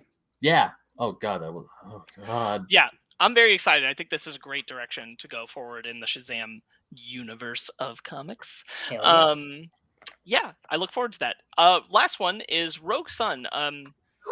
Rogue One? The synopsis for this is: yesterday, New Orleans' greatest hero, Rogue Sun, was murdered. Today, rebellious teenager Dylan Siegel discovers that Rogue Sun was his estranged father, Marcus, and that he's inherited his father's mantle. Tasked with protecting our world from the forces of the supernatural and solving his father's murder, Dylan will be forced to come to terms with the man he spent the majority of his life hating. This is spinning out of a crossover event with crossover event called Supermassive with Radiant Black and Inferno Girl Red.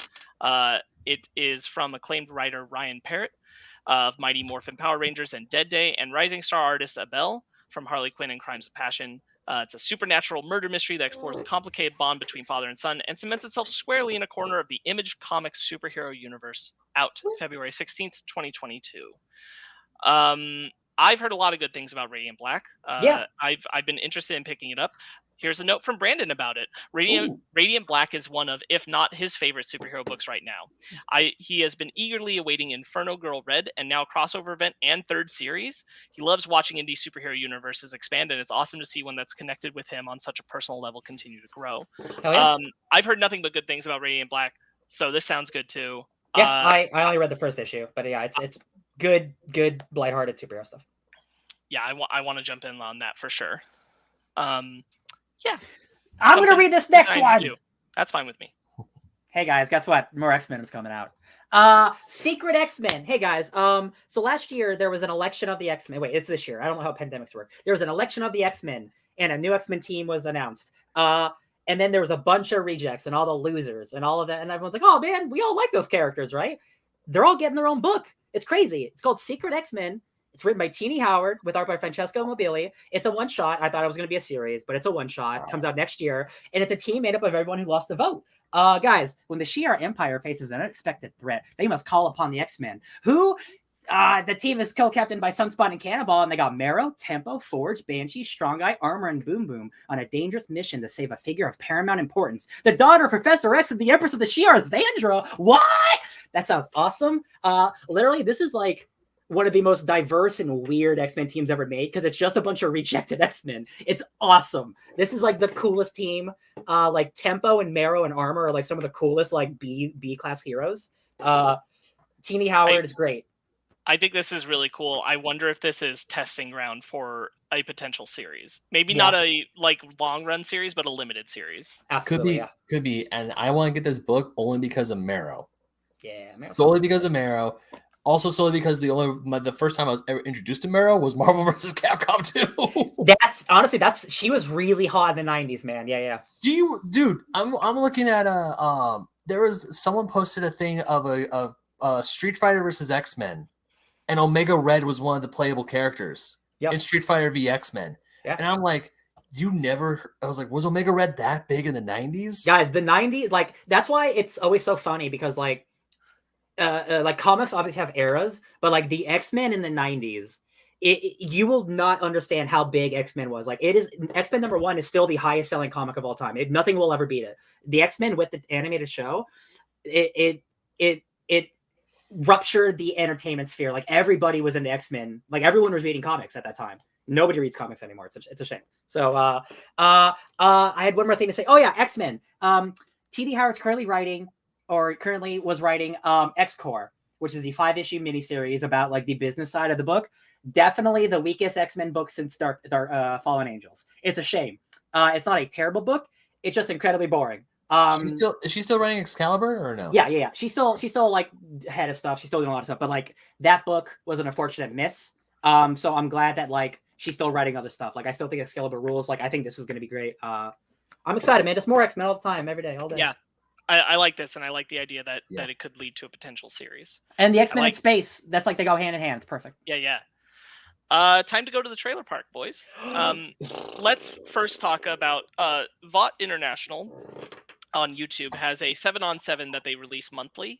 They're really good little marketing tools.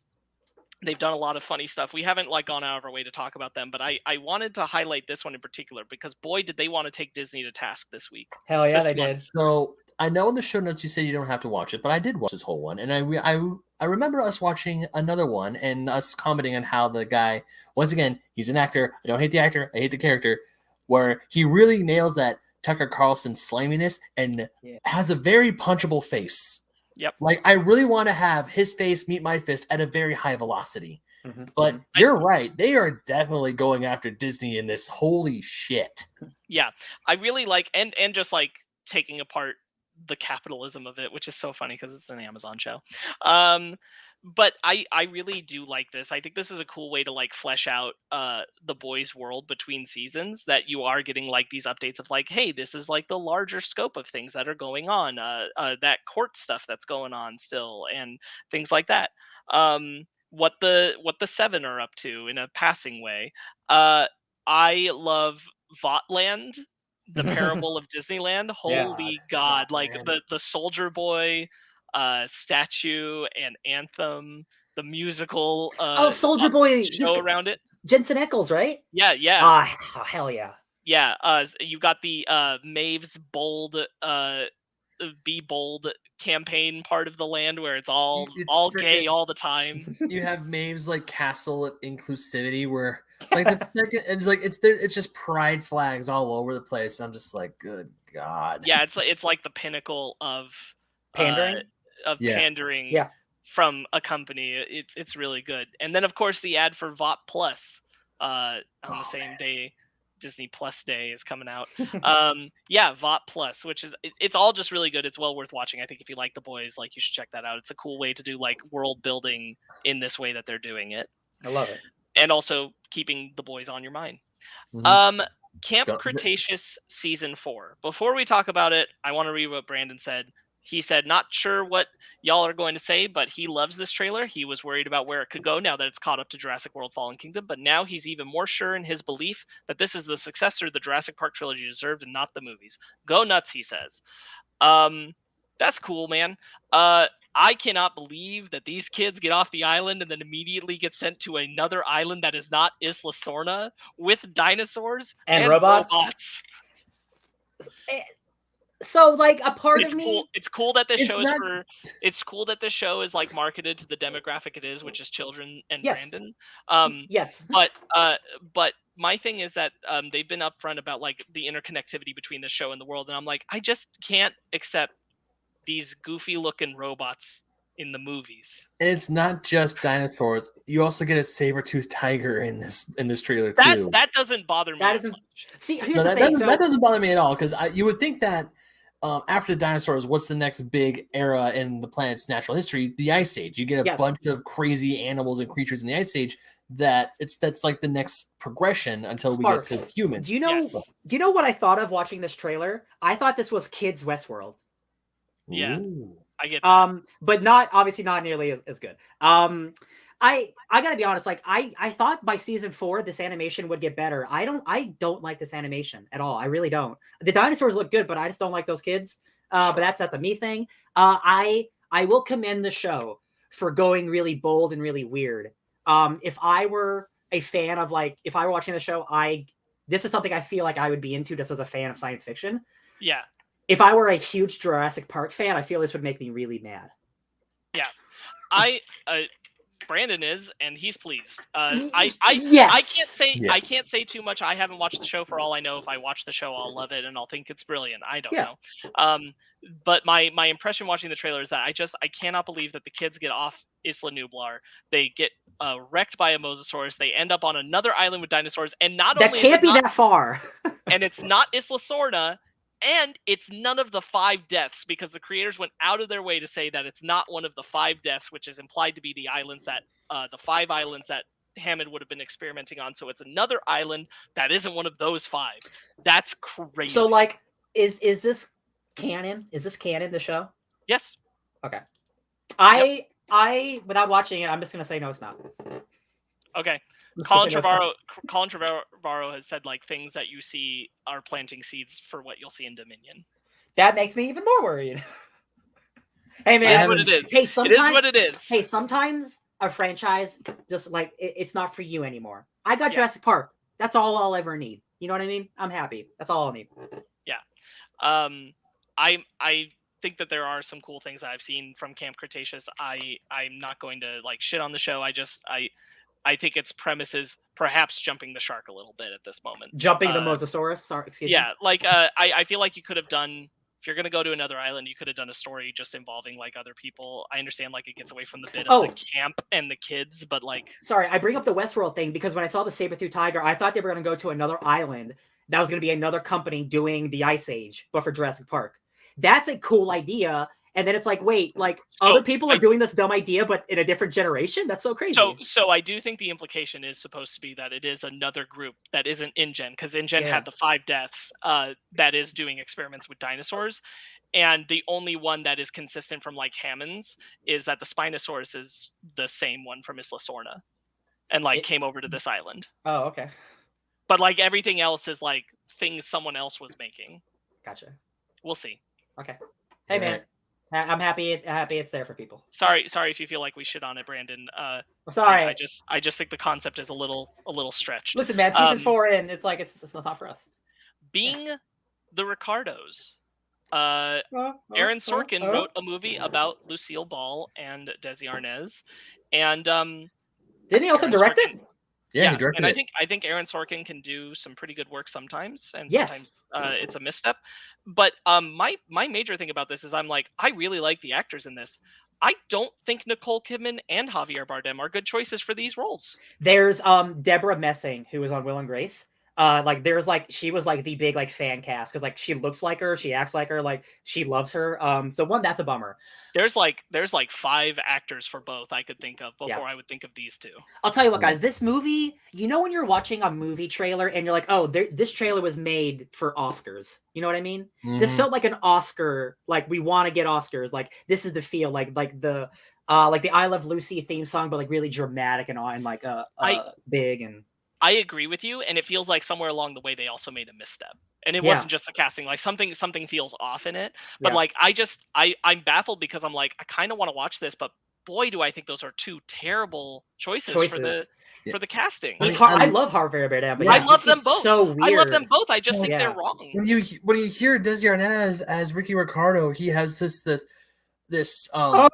he's like a higher, like it's you hear like Javier Bardem, he is a much lower tone of voice, and for him it's like to hear Lucy, I'm home. It's like I love Javier Bardem and I really enjoy Nicole Kidman, but I mean I could see Nicole Kidman a little bit as Lucille Ball, which I mean okay, but Javier Bardem as Ricky Ricardo / Desi Arnaz, I'm like I don't know.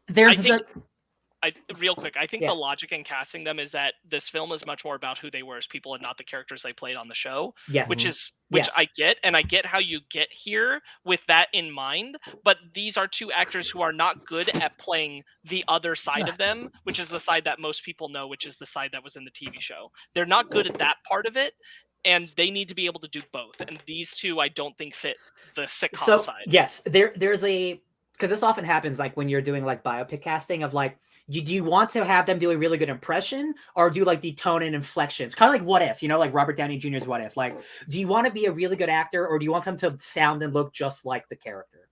And in this situation, I think they were like, we don't really care how much they look or sound. They want them to be the character. But I also didn't get that either for Javier Bardem, though. Well, but again, like that's the thing is like I don't think they need to do impressions. I just don't think either of them are good at recreating the sitcom sense of who those 2 were. I don't think they have it. I think they're good dramatic actors and they could do the drama side of what this is going to be and probably be pretty good. But and like certainly like Lucille Ball and Desi Arnaz are not who they were in the show 100%. But they still need to be able to play that. If you're doing any amount of them playing in the sitcom space, they need to be able to recreate that, and I don't think they have the energy for it. It definitely feels like they're gonna like go for like the hard emotional beats of like this is like the hardest moment of her life, and like that there's the Oscar. I'm like, okay. Yeah.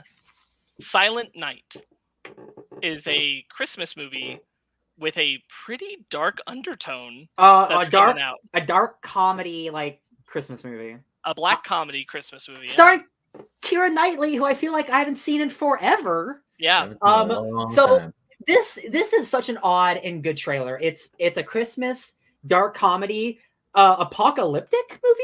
The apocalypse is happening. Maybe. Yes. Apparently they know they're getting gassed. Yes. And it's also an environmental, like clearly like an environmental movie, like satire. And I'm like, oh my god, I'm 100% in on this. I'm so like, at first I thought it was just like a Christmas movie where like the relatives come over and then hijinks ensue. It's like, oh, but there's like just dark undertones. Like, oh, okay, maybe dark comedy, that's fine. Like something morbid is gonna happen. But then it's like, oh no, we're all gonna die in the morning. I'm like, what? You should have voted green. Yeah, man. The part where she sits down and is like, I want you to know, as your parents, this isn't our fault. Of course, it's not your fault either, but it's not our fault. It's really I didn't good. expect what this trailer was going to be as I was watching it, and when it gets to like the gas cloud like moving in on the text and everything, the holiday text, I'm like, oh, this is wildly not what I anticipated. Yeah. What's the Sparks? I always forget the name. The Christmas horror movie with the kids. Better watch out. It reminds me of that, of like it's like an unexpected tone of like, oh, I didn't think this was going to be this. I'm really looking forward to this. Oh yeah. Yeah. I think this looks awesome. This is like halfway through the trailer. I'm like, oh, okay, and something's bad. It's like, oh, they're all like it went from a dark comedy to slowly into like something of a horror movie, and I'm like, okay, yeah, that's a thing. I'm super curious about it. Elves, a Netflix film coming out. Elves. So there is a terrific, awesome tradition of like these like European Christmas horror movies. There's rare exports. which is about evil elves who work for Santa. There's Troll Hunter, which is like people like going and like fighting trolls like during the Christmas time. And this it's about like a town that's on the edge of like elf land. But like you break the barrier and then like monsters come through, but they're elves. I'm like, it looks wild. I love it. Yeah, it looks very interesting. It has a lot of Troll Hunter vibes to me. Yeah. Foreign film, I'm into it. Yeah, I like the look of it. Yeah, I like when you first see the elf, it's almost like a gizmo, like a really cute little gremlin. I'm like, I don't know if I want, but then I saw it's actually like a monster movie and there's like giant monsters. I'm like, oh, okay, now there's cute ones and evil ones. Cool. It's like you better be good, because at first when I saw this thing, it's like, oh, you better be nice to the elves, or else the elves are gonna take you to evil Santa, like essentially like the Krampus. Yeah.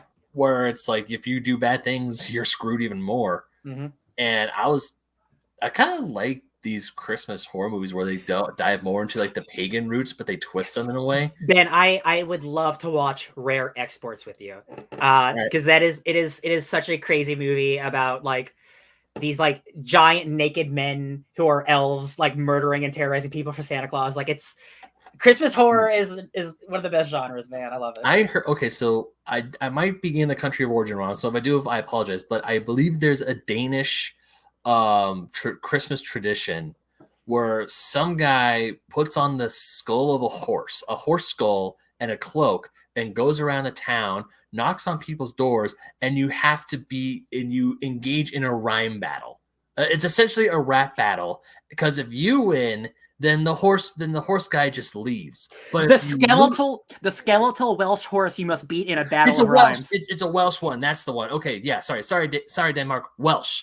It's a Welsh tradition where you go around, and if you lose to the horse, he gets to go into your house, eat your food, and drink all of your beer. Bro, that is, I want to move. Oh, that's so cool. That's like not even evil. You just have a sick rap battle, and if you lose, he takes your food. But the thing that freaks me out, because I mean, yeah, when we see skulls, we associate skulls with death / evil / bad things are going down, because it's a skull. But the fact that you have a floating horse skull engaging in a rap battle with you to save all of your alcohol, I think is the funniest shit ever. That's so much better than like leaving cookies out for a Batman. Waiting for that indie short. Mm-hmm. Yeah, where's that? Avengers released a Spider-Man trailer for its upcoming PS4, PS5 update of Yeah. Spider-Man content. This is a totally whatever trailer, you guys. This is like in-game footage. Like it's just like, hey, Spider-Man's coming. They released a bunch of outfits, and there are a lot of really great outfits. They're all the ones you'd expect, like the armored one, and like the symbiote one, and like him wearing like a vest and stuff like that. The thing that is bumming people out is that every time a new hero is released, it comes with a bunch of missions. It's like it's an operation. Like it takes a couple hours to get through it, right? This Spider-Man hero event is a really small thing. It's just like, here's a character and a couple missions, and he's unlocked from the beginning. So clearly, they've had to rearrange their roadmap, and the pandemic has really screwed the studio over, let me tell you. Like updates have been like really good, but they've been coming few and far between because they're all working from home. So this Spider-Man thing is a lot smaller than everyone anticipated. It is like going to be like an hour compared to like Black Panther's like 6 hours. I also suspect that they didn't put as much time into it. I could be wrong, because this is only for the PlayStation players. Yeah, that's true. And they didn't 100%. They didn't want to make the rest of the like group feel like they miss out on a shit ton of content. That is 100% very valid. I forgot it was only on PS4. That's right. Yeah. Because it's only for the PlayStation players. I think that they just really downscale it. I was always nervous about this when they said Spider-Man was only for the PlayStation. I was like, it's probably not going to be that big of a deal, because they don't want people to be mad that they play it on other systems. So every time we get a new character, we get like the only thing I'm worried about is like, I just want there to be like, we always get like a new type of villain to fight or something, right? So like when we got the Hawkeye stuff, we got Maestro, which is Evil Hulk. But Black Panther, we got Claw. And like we're getting Claw and stuff like that. So like, I am just worried that Spider-Man is just like just the character, because if you get just the character, then you're just replaying all the same missions you've done 1,000 times with the other characters. Definitely, I think that's exactly what it is. Exactly what it is. Which is unfortunate, but like I like the gameplay in that game's solid, and like I love Spider-Man, so like I'm definitely gonna spend way too much money on those stupid skins. So I'm a mark. You got me. Yep. Jean Grey's in Fortnite. They got me. Oh yeah. Ghostbusters Afterlife's final trailer came out. I wish I didn't watch this. I wish I didn't watch it either. This was not a good trailer. Yeah. It's not just it wasn't a good trailer. It just revealed a lot of things that I already knew were going to be in the movie. Guys, Yep. Ben, you know Emma Fyfe on the internet. She tweeted out, hey guys, if you love The Rise of Skywalker, I'm sure you're going to love Ghostbusters Afterlife. Because apparently it's a very nostalgia-filled, like it is Jason Reitman paying service to the old Ghostbusters movie. And I'm so scared now. I'm so scared now, especially after NFTs are starting to come out with Ghostbusters that are sponsored by Jason Reitman. Really bums me out. This movie is exactly what I thought it was going to be. They're going to do a thing, and then they're going to team up with the Ghostbusters at the end to fight Gozer again. Mm-hmm. There's nothing new in this trailer. It's the same demon, like the dogs from the original movie. Like, cool. I know Brandon's really excited for this, and I don't want to shit on this movie because I'm sure it's going to be fun. This is not what I would want from another Ghostbusters movie personally. I don't want this is one I wouldn't want, this heavy Force Awakens one. I would just bring them back, just do one more. Yeah. That's how I feel. Yeah. I'm definitely in a mixed space about it. I think a part of that's made me really excited is I do feel like more successfully than some other things, it's done a good job of in most trailers, even this one, I'd argue, of recapturing the vibe of the 80s like action comedy film. Sure. I feel that energy. I feel those effects are brought to life really faithfully rather than like trying to update them too much. Like they do look better, but they still look like the 80s effects. Yes, just improved. And I really like that about the movie, but I'm vibing with a lot of what you're saying where I'm like, there's a lot here that like feels like it's just here because of the first two movies rather than like doing something new. To be positive, I do agree. I do think the ghosts look good. Like they're not like 21st century modernizing them. It's just they're 21st century technology with the 80s vibe. But like they show the taxi cab like Skeleton Man and like, hey, remember that guy? I'm like, no, I don't want this movie to be that, and it is. That's what the movie is, and I just don't know if I want to watch it. Sure. I'm sure it's gonna be nice and solid. See, catch us next week when we review Ghostbusters Afterlife. Oh, right. I'm on a podcast where I have to see it. That's cool. Maybe I'll love it. I will always go into a movie ready to be surprised. Always. Yeah. It's got Paul Rudd. Like that's something. It's got Paul Rudd. It's true. It's got Paul Rudd. Last thing, I wanted to give you guys some time to talk about. Elden Ring had a lot of gameplay come out this week. I didn't think you'd put it on here, but I appreciate you doing it. Ben, did you watch any footage? Because they didn't release a trailer. No, it was it's 20 minutes long of gameplay. Yes. And I didn't watch all of it because when I saw it, I was like jumping through and other things came up. But I did watch some of it, and I was also discussing with my brother because my brother's huge into Dark Souls. He's the one who got me into Dark Souls and Bloodborne. Woo! Also, thanks to Ryan because he was the one who bought me the damn game. Thank you, your brother, more for actually playing it with you though, because now you're actually in it, and I'm happy. Yeah. So at first he was scared that it was going to be like because Dark Souls is very linear. I mean, you can backtrack, but still a very linear game. And he was a little nervous about this whole open world aspect of Dark Souls because he was watching. He was a little scared, but he told me like 3 minutes in, it got him. It's Dark Souls, dark fantasy, turned up, and you do have this grand open world aesthetic to it. But also once you go into these worlds or these areas, and it's like Dark Souls, the linearity of Dark Souls, where you can still explore. But it's also not like so vast open world where. So the best way to describe what you're saying, Ben, is it's Breath of the Wild. Yes. It's an open world with dozens and dozens and dozens of instance little dungeons and caverns where you go into, and then there's a Dark Souls level inside of this open world. Mm-hmm. Yeah. Essentially, that's what I'm saying. Yeah. Go ahead, Sparks.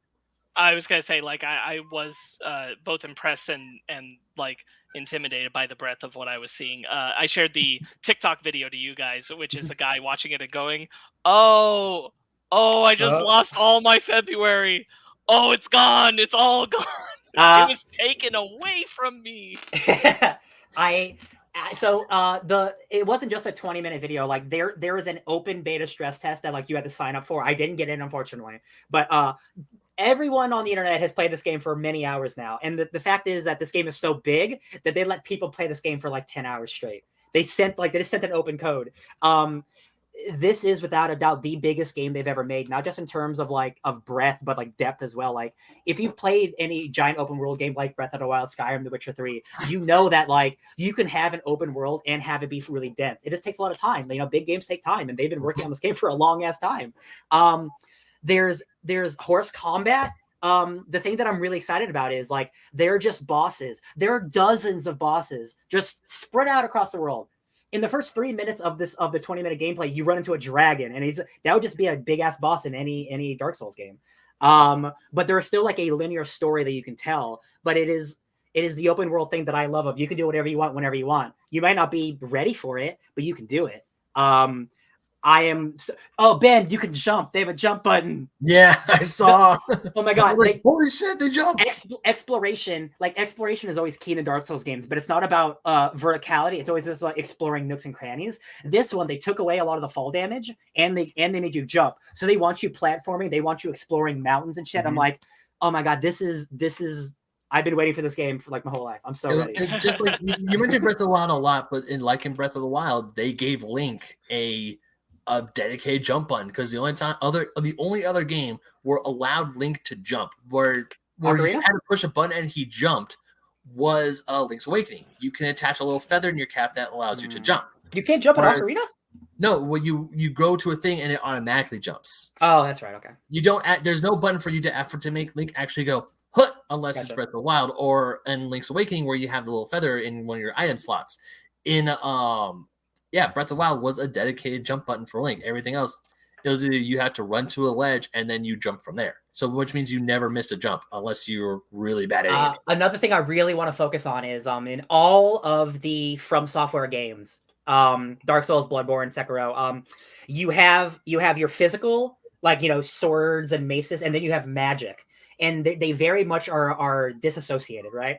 In this game, they are very much saying we want you to use both at the same time. So many of the weapons that are swords also have a secondary like thunder attack or a summon attack or like a lightning attack. So like they want you to use the breadth of content. So like there's like so many new summons. Like you can summon like a dozen wolves to attack a boss, or you can summon like spectral eagles to attack someone from the sky. And I'm like, they want you to experiment so much more than any other games they've ever made.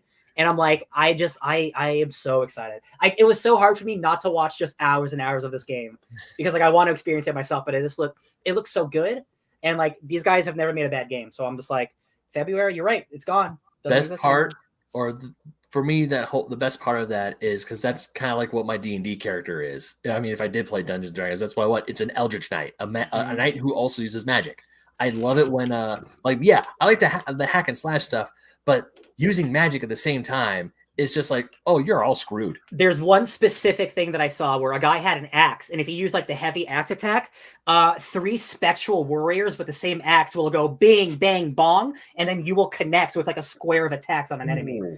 And it's like, that's the coolest thing. That's what I always want to do in video games. So I'm like, this is the game for me. So excited. I can't wait. I cannot wait. I will. Hell yeah. And Ben, multiplayer. We can play this game together. We can. Do you know how excited I am once I finally get my PS5 so I can play Demon Souls with you, and I can play Elden Ring with my brother and you when this thing comes out? So excited. That's what that's the PS5. That is like that PS. Like the second Elden Ring comes out, that's when I'm seriously gonna start putting away money for a PlayStation 5. It's like I need that's the one. Game. I need this now. Ben, that's soon. You should just start putting money away now. I should just start putting money away now. Is it time? Is it Disney time? Is it time? It's time to go to our main topic, friends. Alrighty then.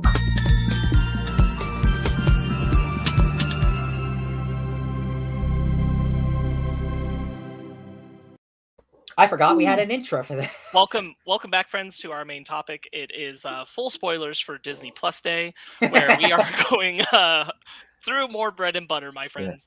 Yeah. We got someone, a new person. I don't know who this person is, but too tall for you, fool. What's up? You're not too tall. You're perfect. No. What's up? In miscellaneous Disney news, so we'll start at the top and work our way down. This is the most furthest away from Disney, but still, we got to bring it up. This is lit. Prey. The next Predator film has been given its title, Prey, which I think is great. Yes. And it is releasing exclusively on Hulu next summer. That's a little strange, but That all is right. really, really weird. It stars, because I don't think you've watched it, Ben, but Sparks. It stars the girl from Legion, who was the lady who was like the double body with the doctor. Yeah. That girl. She's awesome. Love her. Yeah. This makes me think that this movie is much smaller in scale than I thought it was going to be, which is fine. They're putting it exclusively on Hulu, which is I want to watch any Predator movie on the big screen, but I can't believe like this has been rumored for so long. Like it's actually real and it's happening. I love it. I can't wait. It takes place 300 years ago, and she's like fighting a predator. She's a Native American. It's awesome. Amber Midthunder is her name. Amber Midthunder. What a name. The actor. Yeah. This is really cool. I'm intrigued by the title. I think that's a great choice. I'm kind of wish it was going to theaters because I want it to be bet on to succeed, but I hope that it just does bombastically well on Hulu anyway. Yeah, directed by Dan Trachtenberg, who did 10 Cloverfield Lane. Cloverfield Lane, yeah, baby. The fact that we're getting more Predator, the fact that it's going back in time instead of forward in time. I told my mom about the concept because I'm like, Predator, this is the concept for the next one. And she's like, oh, that sounds really cool. And I'm like, yes, this is what sounds like the direction of Predator forever. We've talked about this. Like, this is exactly the movie we want. Oh yeah, definitely.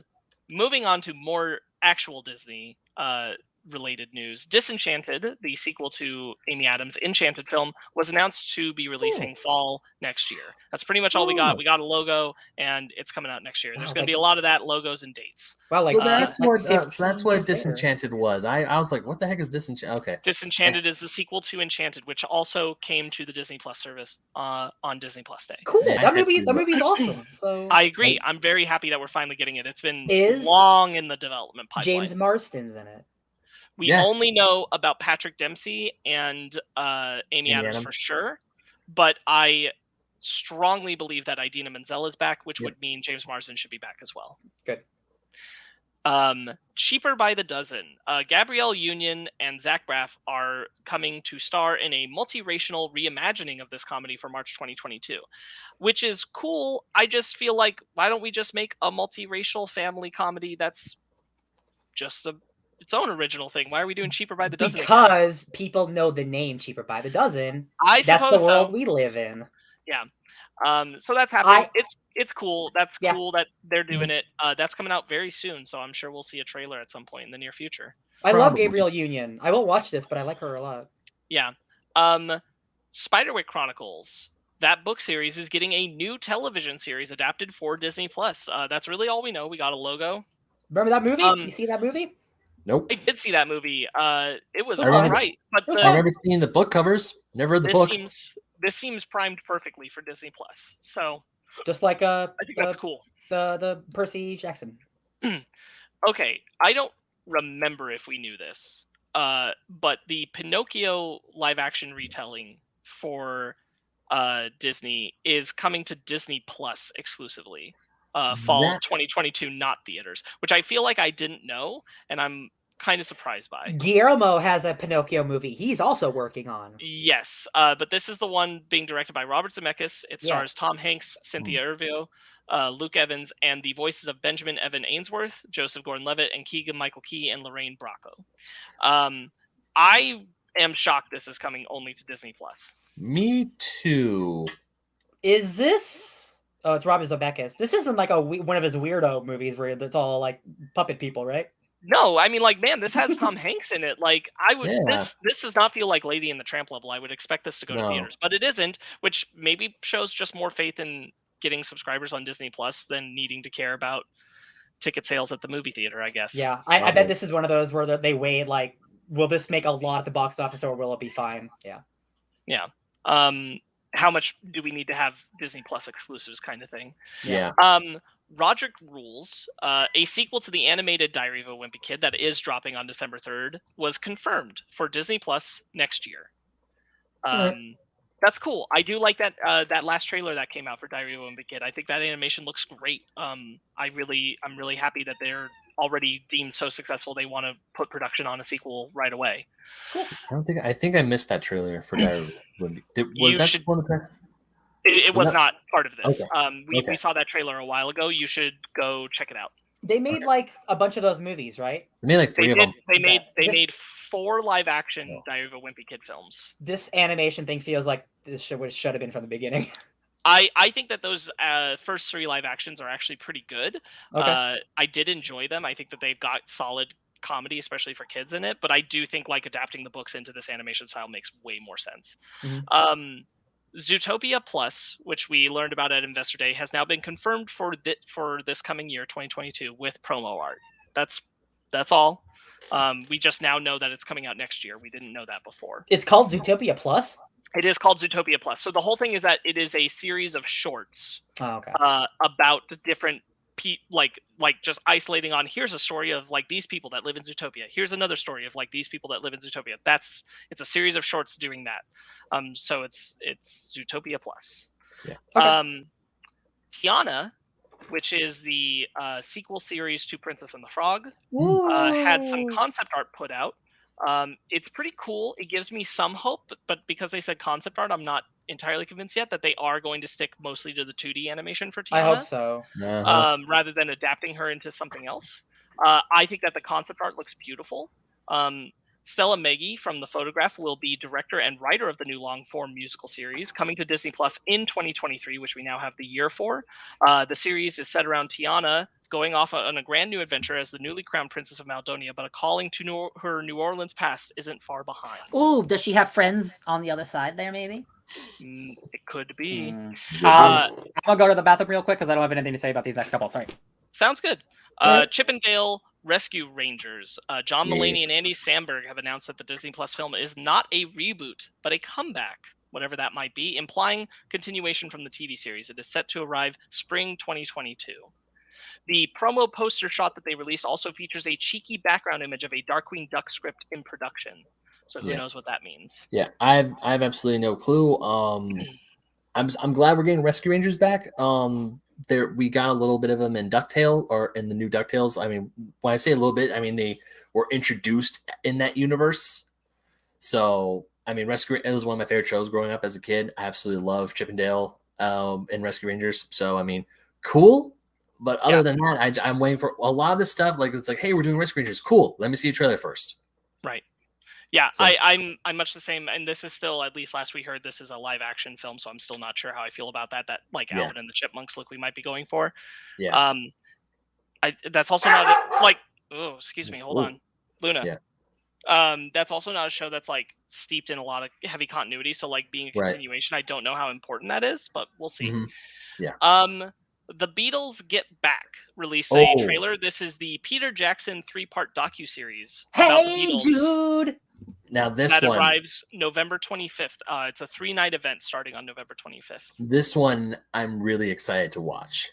I am really looking forward to this one, especially with all the footage of the band while they were making Let It Be, and then they did their last show on top of the building, on top of the Apple Records building. I'm really looking forward to this. I cannot wait to watch this. I like the Beatles. I love old footage restorated. Like, is that the word? Yeah. Restored, I like yeah. watching restored. Restored. I like watching like World War I and World War II footage, like high def. Like I love that shit. Maybe I'll watch this. Yeah. I'll definitely watch this. This was like one of my favorite trailers I saw. I mean, yeah, I'm a huge Beatles nut. I grew up listening to the Beatles. I love the Beatles, and just seeing this and them talking and all the stuff and all the drama that was going, especially at the very end of the tail end of the career, I was like, this is like a look inside, and I'm interested. I cannot wait to watch this. Yoko. No. I'm glad this was here for you, Ben. I'm definitely. I'm sure at some point I'll be curious enough. I'll want to watch this.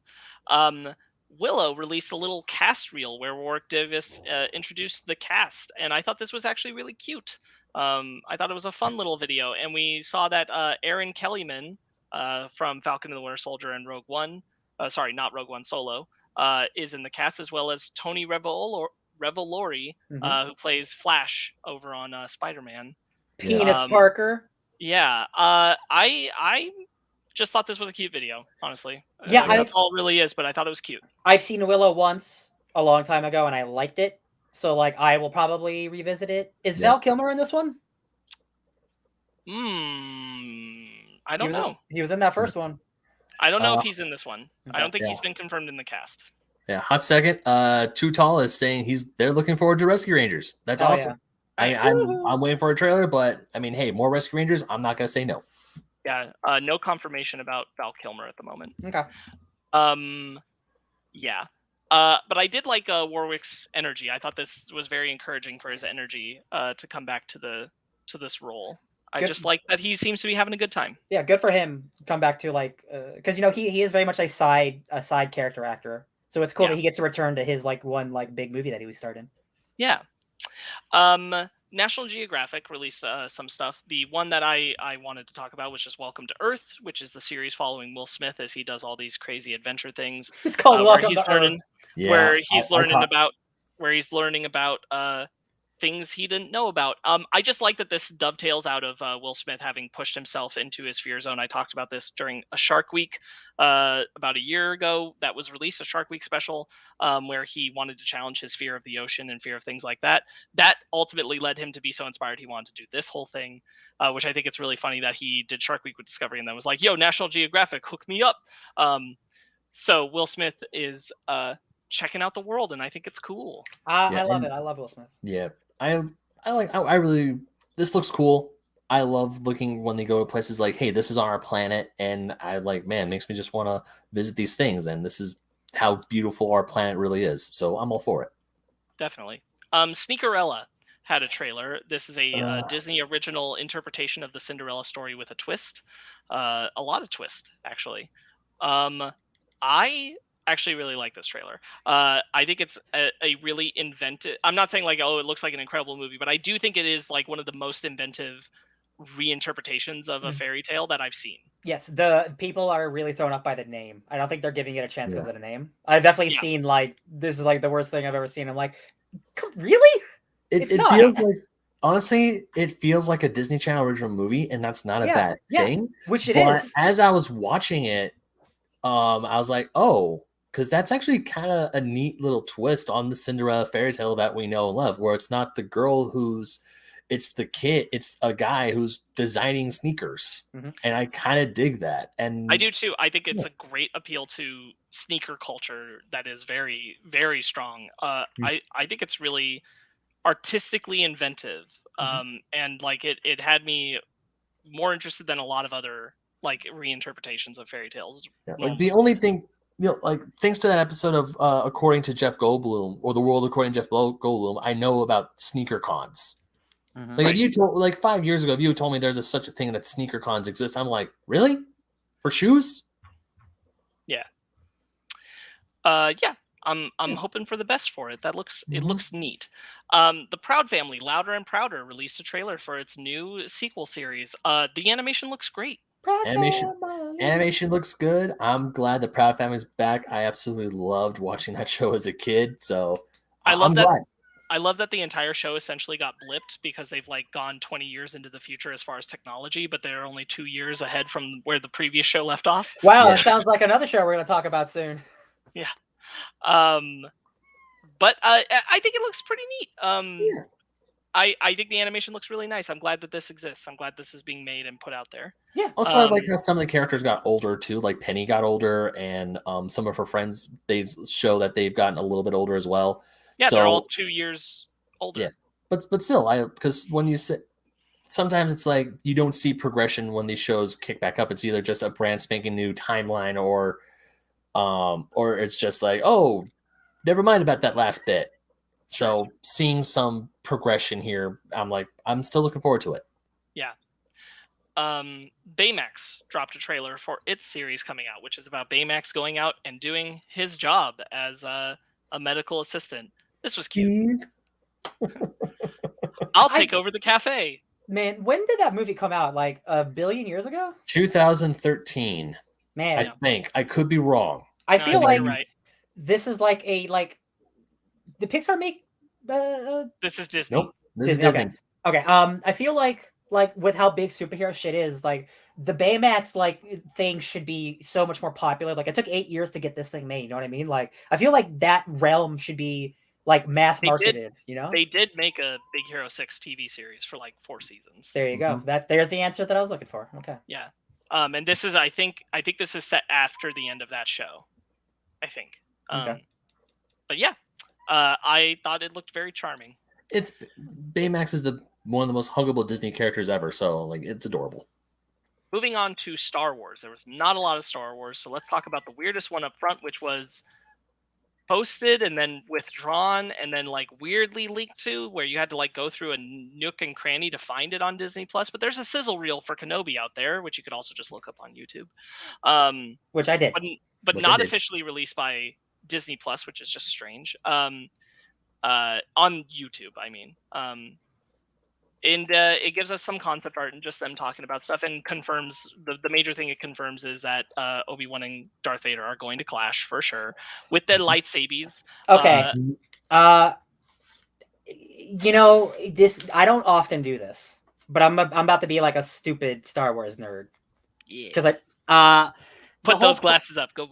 Thank you. The whole like in episode 4, when they first when Vader and Obi-Wan meet, that's the first time they've met since their last fight. That's like that to me. That makes sense.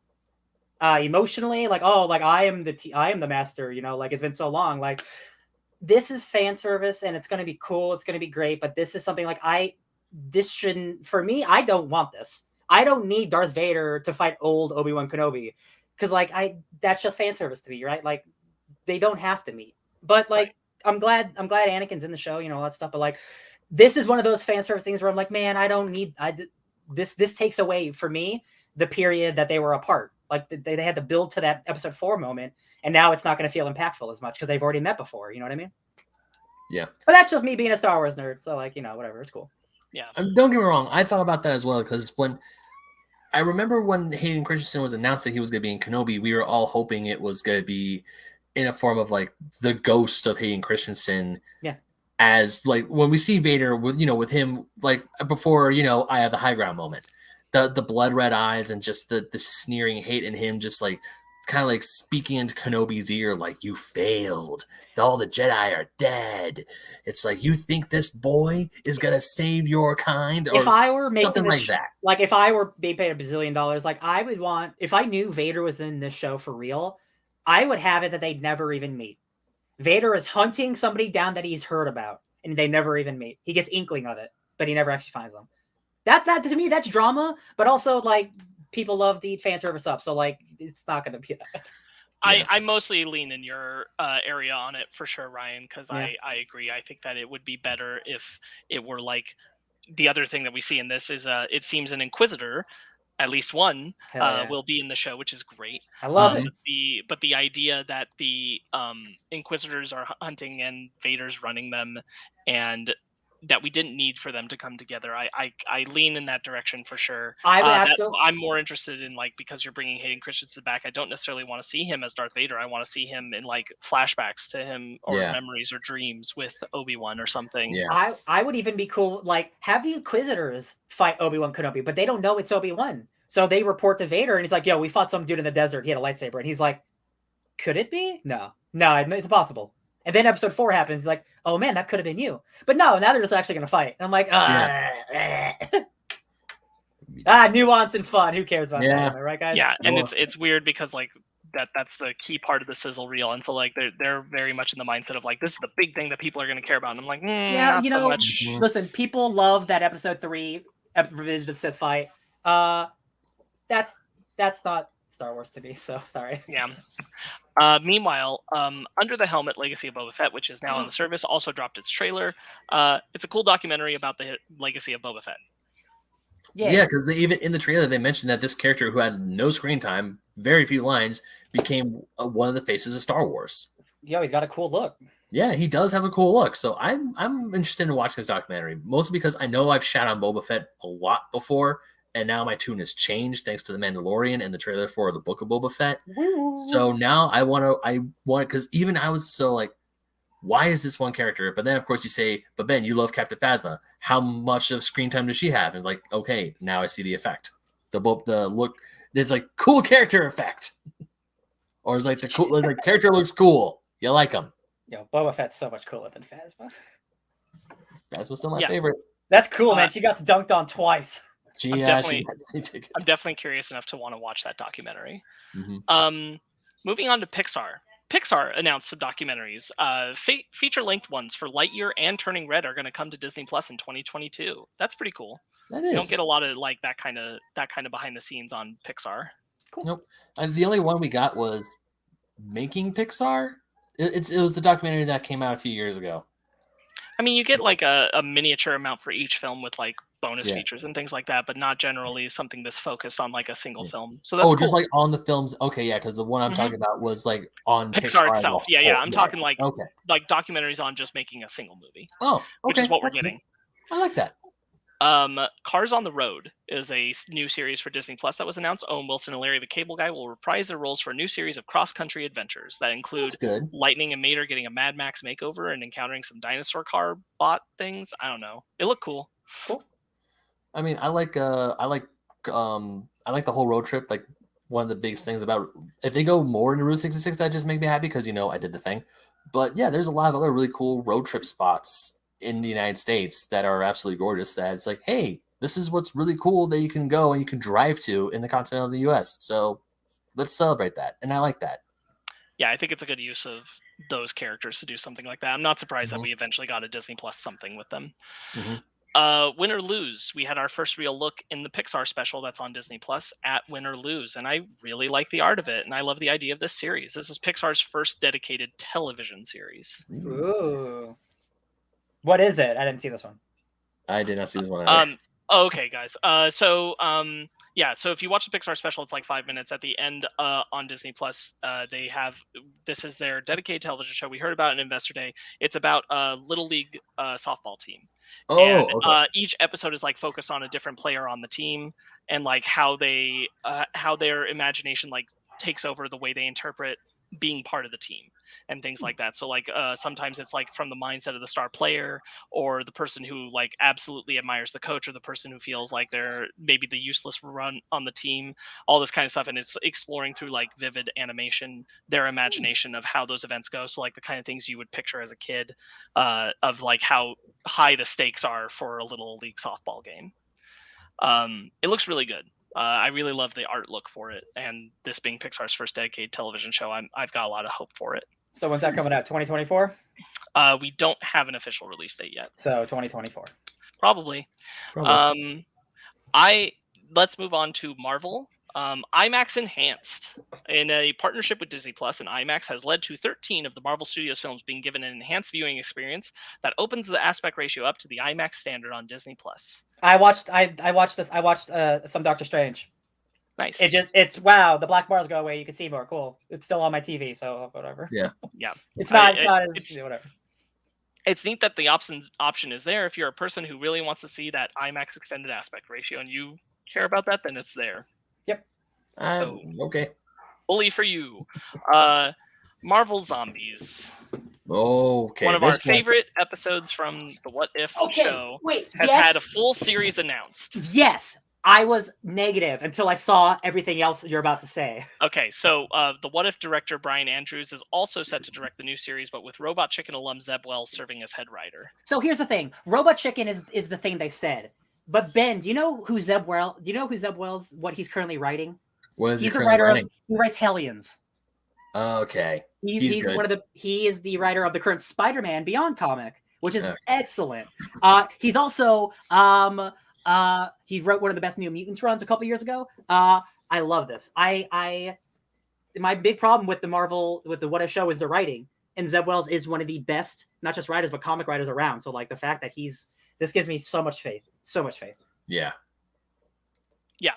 I'm hopeful. We'll see how this goes. I'm definitely more optimistic right now than I would have been otherwise. So we'll see. And I 100%, even though I know it's a spin-off of the What If episode, but I truly think that they're gonna do the comic stuff because like you can't make a whole series about zombies who don't talk. Like that's just a boring. That'd be a boring show. I hope that I mean, I know when we see these show logos, it doesn't mean it's the same logo from the comic book. So I hope they're doing like, hey, yeah, the zombies episode was a big thing, but we're doing this we're doing it straight from the book. And I really hope they're doing that because after I read that book, it's like, God, they had so much potential and they kind of just threw it away. Mm-hmm. Yeah. And that's only for that one definitely- episode. It definitely makes me kind of wish they had just skipped the What If episode and made this show. Yeah. Since they Or- clearly wanted to anyway, just do it. Yep. Anyway, speaking on that, What If got its official season 2 confirmation.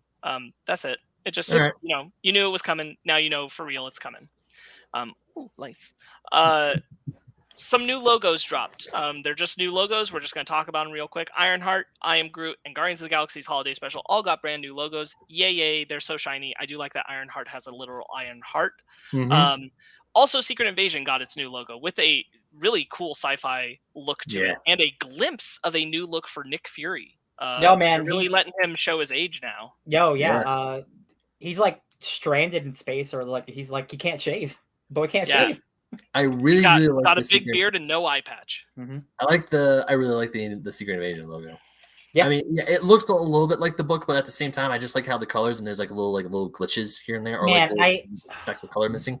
I forgot, like, there's so many people in this cast that I don't remember, but I just remember Olivia Colman is in it. And I'm like, God, Amelia Clark, who might be Abigail Brand, and if that's true, I'm gonna lose my mind. And you've got got Ben stuff. Mendelsohn. And, That's who I was looking for. Cole Ben- Holy Smulders, I'm sure. Yeah, I'm stoked. Very Maybe I'm ready. Secret Invasion is definitely one of my most anticipated right now. stoked. But now added to the list is Agatha, House of Harkness. The series is confirmed with title reveal, and Jack Schaefer returning as the head writer from WandaVision. Hell yeah. All right. Mephisto? No. I mean, I am curious what it's going to be about. We'll Oh, find Okay, out. so I saw on Twitter someone post the Agatha Harkness logo, and then immediately they were saying, like, we're getting Mephisto in the show. I'm like, maybe? Yeah. One of the literally last things that's introduced with Agatha is the Darkhold. Yeah. This show's gonna be about her and the Darkhold, almost like 100%. There's like, again, because I've been getting into Ghost Rider recently, like that 90s Darkhold stuff when it was introduced, like there are so many avenues that they can do. There are so many cool characters they can introduce that are human and like demonic, that are good and bad. The fact that it's called House of Harkness is interesting. Like, I don't feel like you need to dive into her history a lot, to be honest. Like, the thing you gave me was enough. Just give me more of that modern character. So I'm really hoping it's more like it's the house of everyone she's involved with, like her family. Yeah. Mag is saying that House of Harkness could possibly be a Tales from the Crypt Marvel style. Mag is in a similar headspace to what I was thinking. Oh, I was God, like, I I wouldn't would be kill surprised for if that. this is like a launch pin for like where we connect Werewolf by Night, Blade, Midnight, some vampire stuff, some Ghost Rider stuff, where Oh my some of God. that dark horror stuff starts finally bleeding its way in. This is cool. Like, this is perfect because, like, yeah, that Darkhold is like it is key to so much stuff. Like, they brought the Darkhold back now. There's like a Darkhold event happening right now, by Steve Orlando. So like, I'm super excited. God bless Catherine Hahn getting that paycheck. Yeah, Oh, yeah. good for her.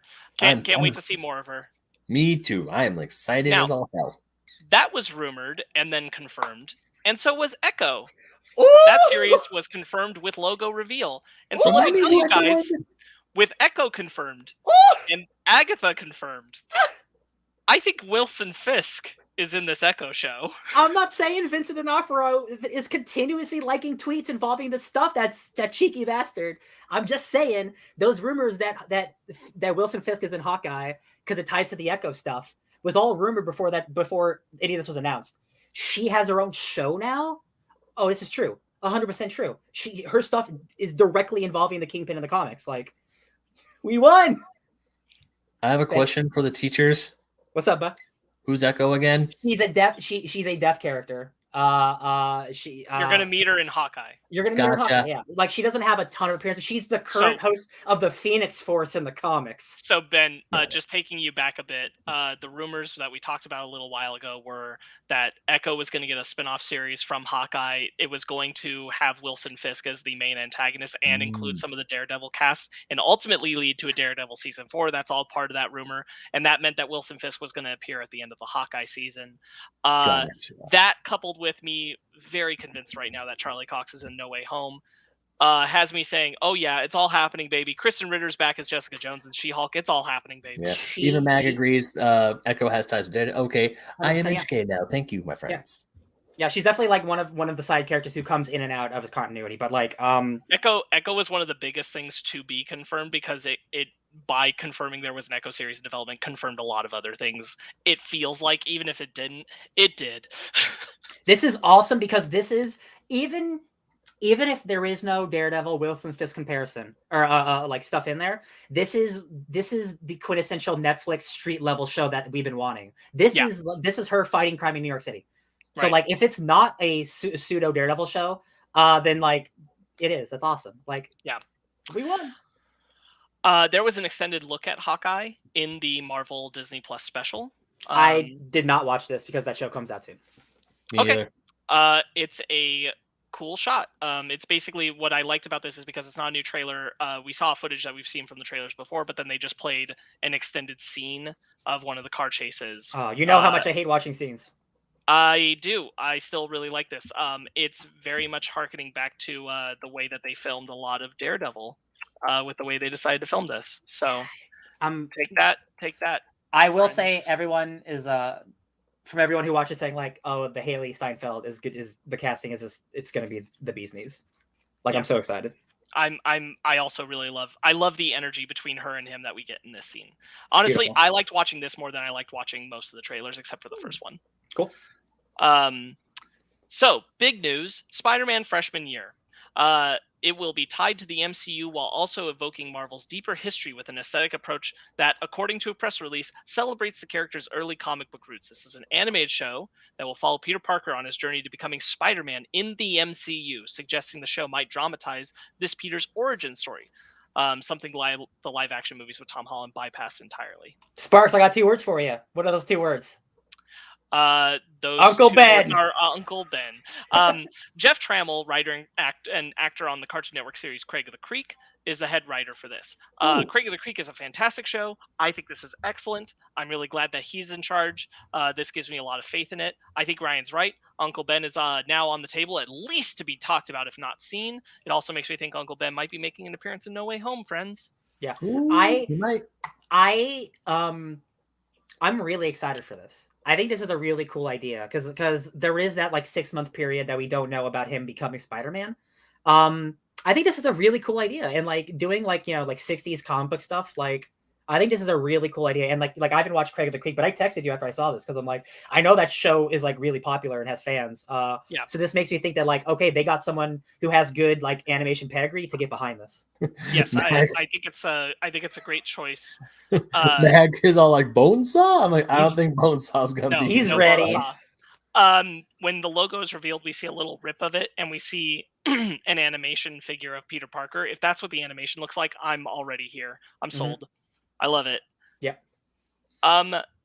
That's really exciting. It's very interesting. We're getting an animated show. This has me like wondering what more we'll get of this kind of thing, where we've always talked about like characters arcs being expanded from before. Now we're getting an animated show that expands on story elements. We could do more. We could see more Captain America adventures, or who knows what if this takes off. But this is very interesting. This is also a interesting snub towards Sony because they'll get nothing from this. Yeah. I don't know how those contract negotiations are going to go. We'll see. We'll now find that this out. is out there. Miss Marvel had a first look in the special. Miss Marvel introduces viewers to Kamala, a 16-year-old Pakistani American from Jersey City. An aspiring artist, an avid gamer, and a voracious fan fiction scribe, she is a huge fan of the Avengers, and one in particular, Captain Marvel. This is the official synopsis, by the way. But Kamala has always struggled to find her place in the world, and that is until she gets her superpowers like the heroes she's always looked up to. Iman Vellani stars as Kamala Khan, aka Miss Marvel. Episodes are directed by executive producers Adil El Arbi and Bilal Fallah, Mira Menon, and Sharmeen Obaid Chinoy. It is now confirmed for release on summer 2022. This was really weird because of its placement in the special. It came after the ones we're going to talk about next, and is the only one that got coming summer 2022. All of the rest of them said coming soon, coming soon, coming soon. We have no dates, but Miss Marvel got summer 2022. Very weird. Yeah. This also makes me, because of how the order of the special went, it makes me suspect that our next 2 come before Miss Marvel. Yeah. Yeah, I'm really excited for this show, man. Like, the rumors of them changing her powers just really bums me out, and it's Bums me out too. now that I've seen it, like the purple power is there, and I'm like, oh man, she's got stupid genie powers. That is just a we're gonna read the book club when the show comes out, as we do, and like you'll see that like her powers are tied to who she is and her body dysmorphia and like Yes. her dealing with like body image. So Yep. them directly taking away her embiggening is like a direct contrast of the character and the stuff she goes through as not just a human, but as a person with like eating disorder and as a Muslim American, like all this stuff, like fasting, like all this stuff. And I'm like, if they get rid of it, it's going to be a real disservice because like this is a character that means so much to so many people, not just because she's a Muslim character. Like I have the utmost. People. Oh, go ahead. Yeah, I'm just hopeful. Some people wondered when that Q4 rumor dropped that it was being pushed back that far to fix the powers because of the backlash about it. We now know it's summer 2022. Closer to the it is weird because Ms. Marvel was supposed to be next. It was supposed to be after Hawkeye. That doesn't seem like it'll be the case. I agree with you, Ryan. I'm disheartened by the change in her powers. I think it's dumb. It is still really great that we're gonna have a teenage Pakistan Marvel character. Like that's still 100%. Really important. Yeah. So I don't want to get over that. It's just like sometimes like don't be scared of Reed Richards. You can have multiple stretches. You have 2 Hawkeyes in one show, you idiots. We're letting her represent only a single thing when we should be letting her represent all the things she represented before because she represented a lot. People are multitudes. They're not just one thing. Yeah. Exactly. I've seen a lot of people talking about it, and I kind of thought about it too when I like on my own time. I've been thinking about it where they're like, "Why is she admire Captain Marvel so much? She's only around for like a few moments of Endgame," and I'm like, technically, she's around for 5 years helping out Earth. So also, she get to know her. Like she helped to defend the planet. Like that's silly. Right, but I understand, like no one was there to see the events of Endgame. So like, how has she become iconic that quick? And I'm like, well, she was helping around with stuff for 5 years. Okay, Moon Knight had its first look in the special. Its official synopsis says, a new globe-trotting action-adventure series featuring a complex vigilante who suffers from dissociative identity disorder. The multiple identities who live inside him find themselves thrust into a deadly war of the gods against the backdrop of modern and ancient Egypt. Moon Knight is directed by Mohammed Diab and is coming to Disney Plus in 2022. Yeah, so we got a very short tease. Obviously not as like impactful, but like the shot of him in the back punching a dude gave me like the Batman vibes, like that they're going for like this like hardcore aggressive, almost like again like the Netflix like street level stuff.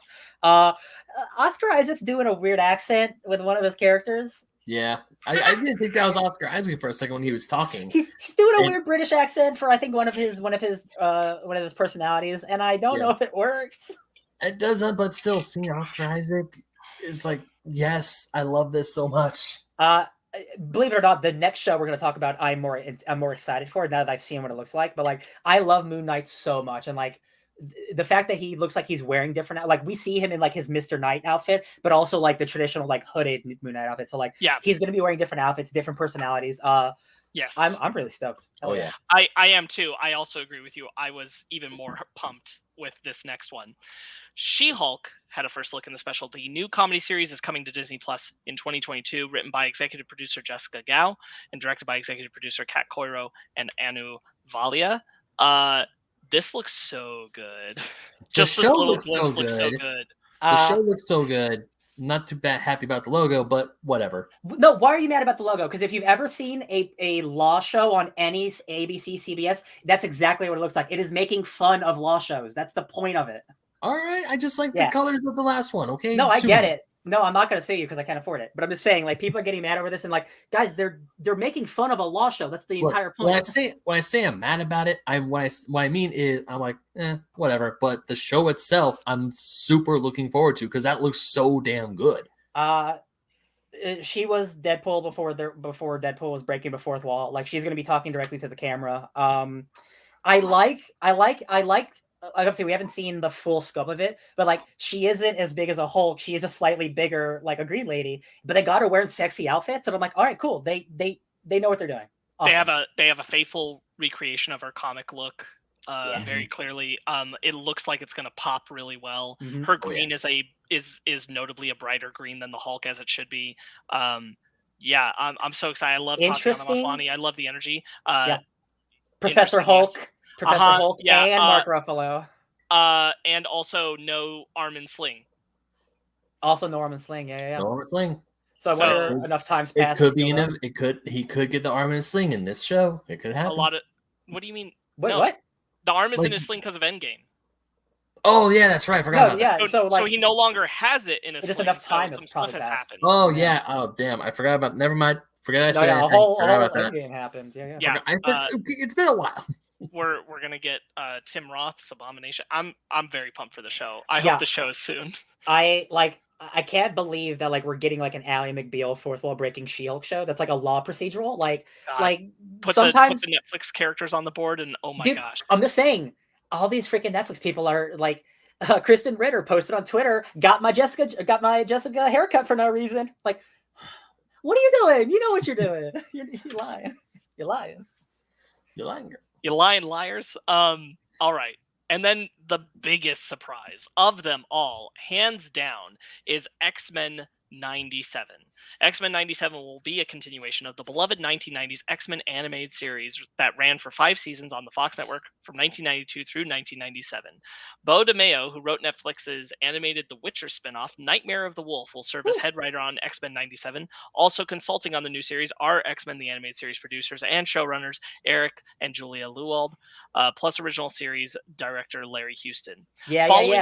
Following a familiar team with the DNA of the original show, an impactful event in X-Men 97 will launch the reunited X-Men into an all-new chapter that will resonate with fans of the original series.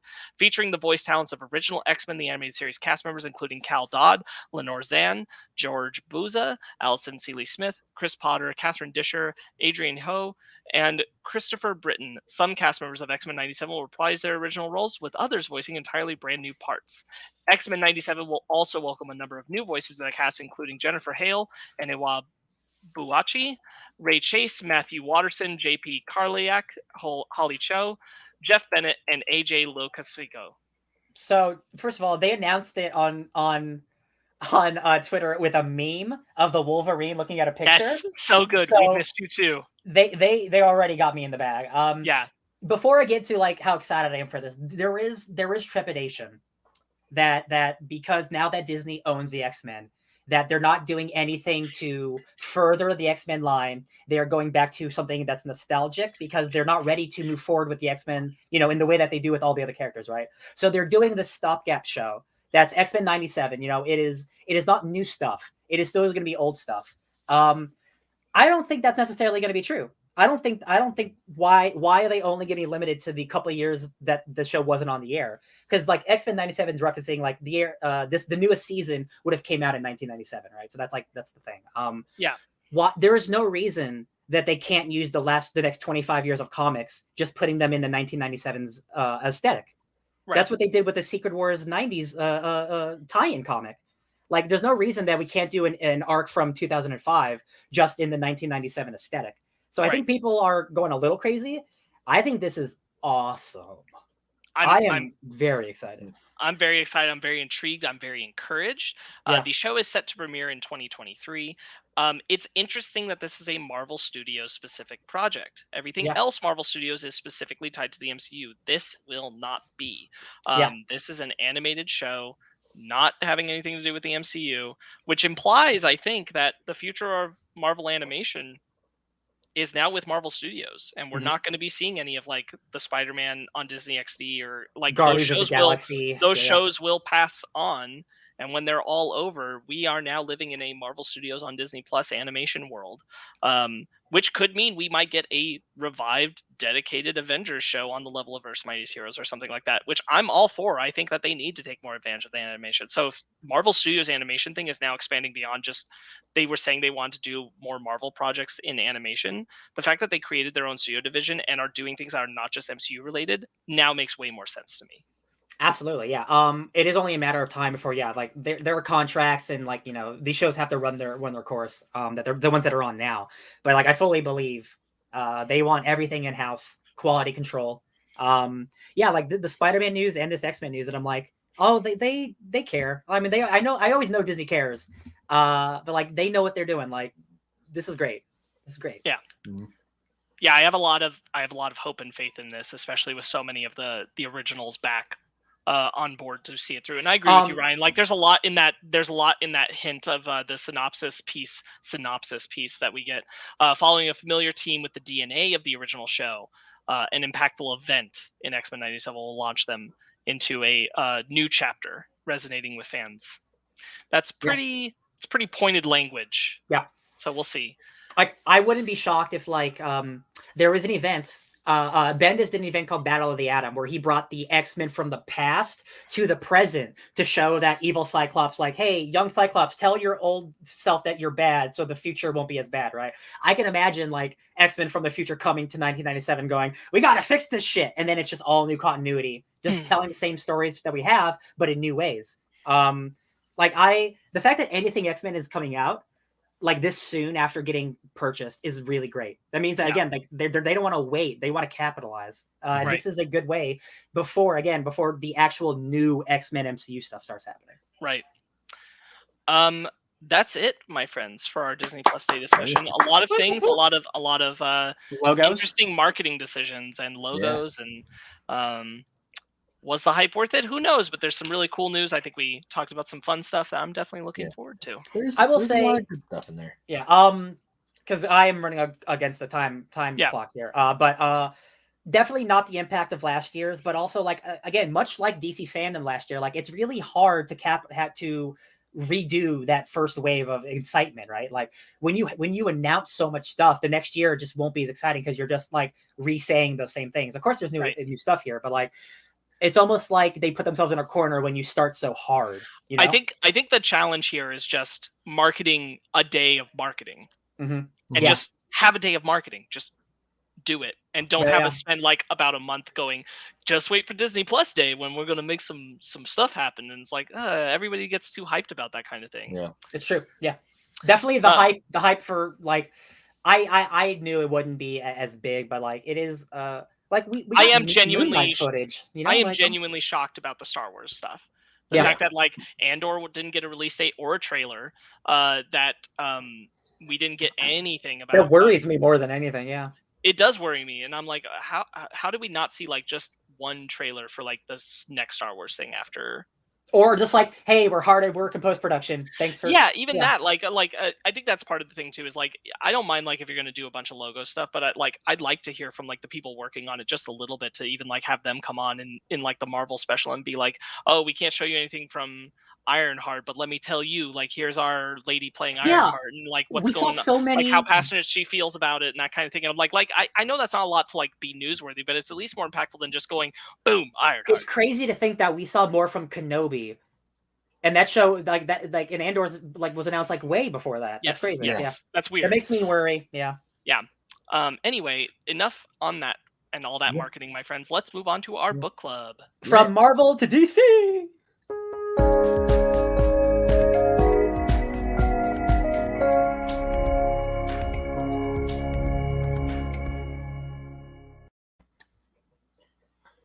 Who says it?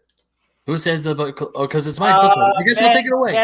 It's my book club, so I'm going to take it away. So this week, the book club is only 3 issues of a 6-issue anthology because originally we were thinking maybe we can do all 6 issues, but then Ryan brought up the point that because it's an anthology, we're going to be talking about dozens upon dozens of stories. Ben, if we would have done all 6 issues, we'd be talking about 30 stories. Yeah. So I can't even remember half stories we talked about. Then I only did 15. Yeah. So this week, my book club is Superman Red and Blue issues 1, 2, and 3, which you can barely see but they're here and they are written by a whole bunch of people and they are done by a whole bunch of different artists. But the main thing is just like Black Man Black and White or Wolverine Black, White, and Blood is that there's only 2 colors essentially used.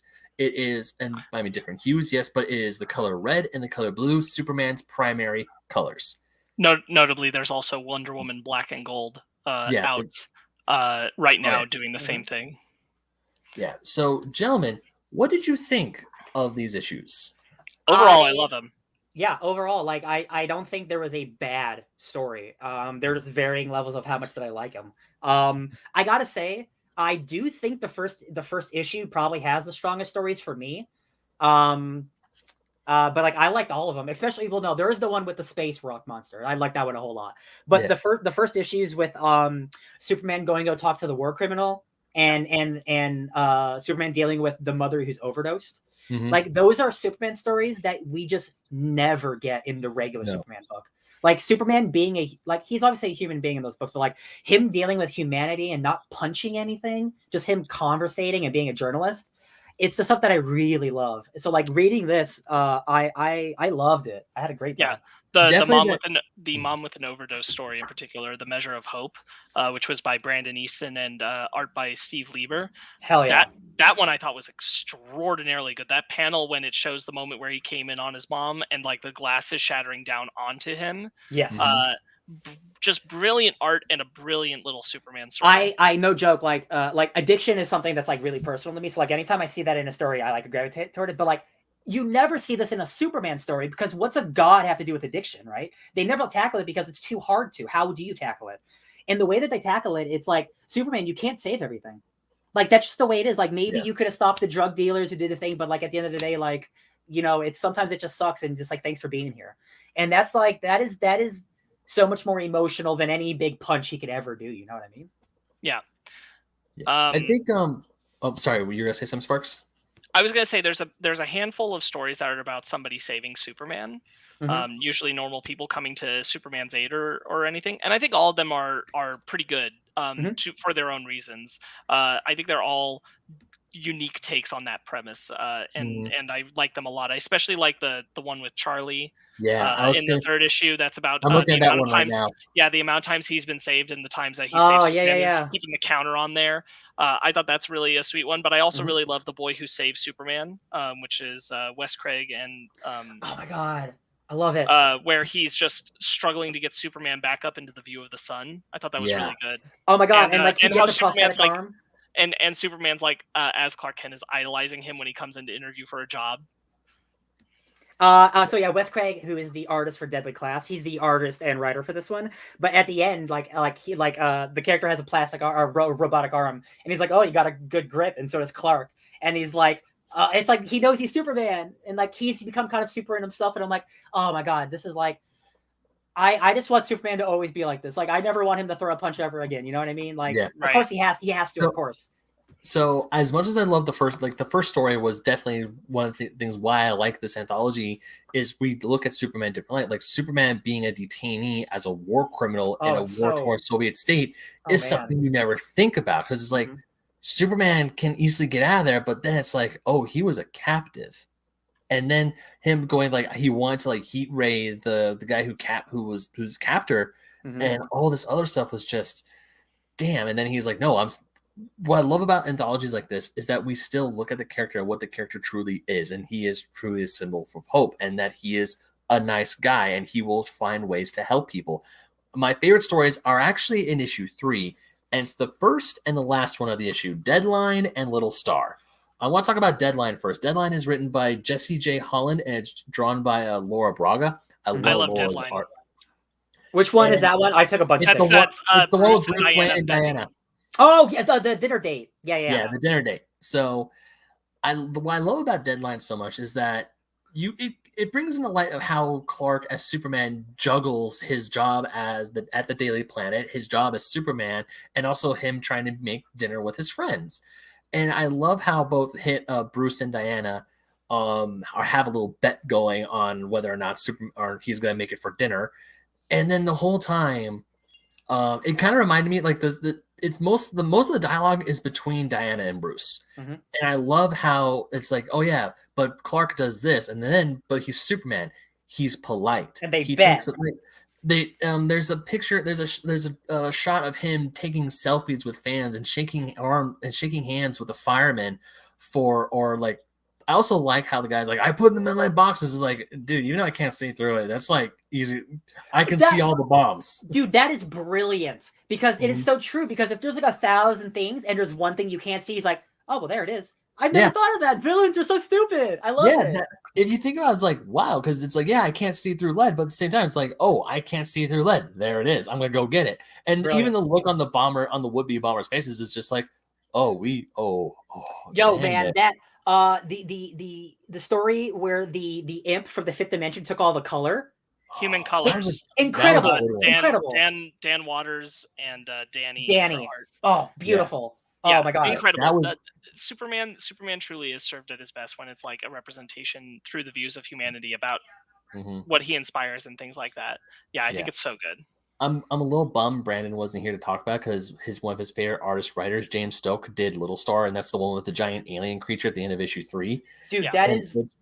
that is literally like it's something out of No Man's Sky, because in No Man's Sky you could be like when you're warping between systems, like sometimes you'll have a space anomaly and you stop and it's just like a giant monster living in space. Like yesterday a giant like radioactive jellyfish like doing like lightning in space, and they go up to it and it's like, this thing is beyond my recognition. Like I can't fathom what this thing is. It is beyond my science. And like it's like I don't want to kill it just because it's doing its thing, right? And it's like that's a Superman thing of like, oh, it's this big monster, but like it's just living its life. I shouldn't hurt it. Like the second we see the giant eyeball, and normally when we see giant monolithic eyeballs and a huge set of teeth, we think, oh, this thing's gonna kill us. But it's just mad because it's too hot. It got away from its family and it's just trying to find home. And this being that, as Clark said, is impossibly old, is just a baby.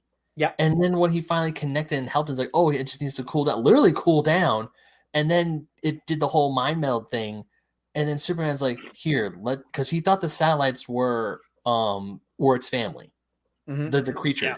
And then it's like, I think LexCorp's not going to matter. And then the creature is sent on its way to try and find its family. And he attaches all the satellites to the monster so they can pick up on the signals. Yeah. And then to me, that's just what Superman.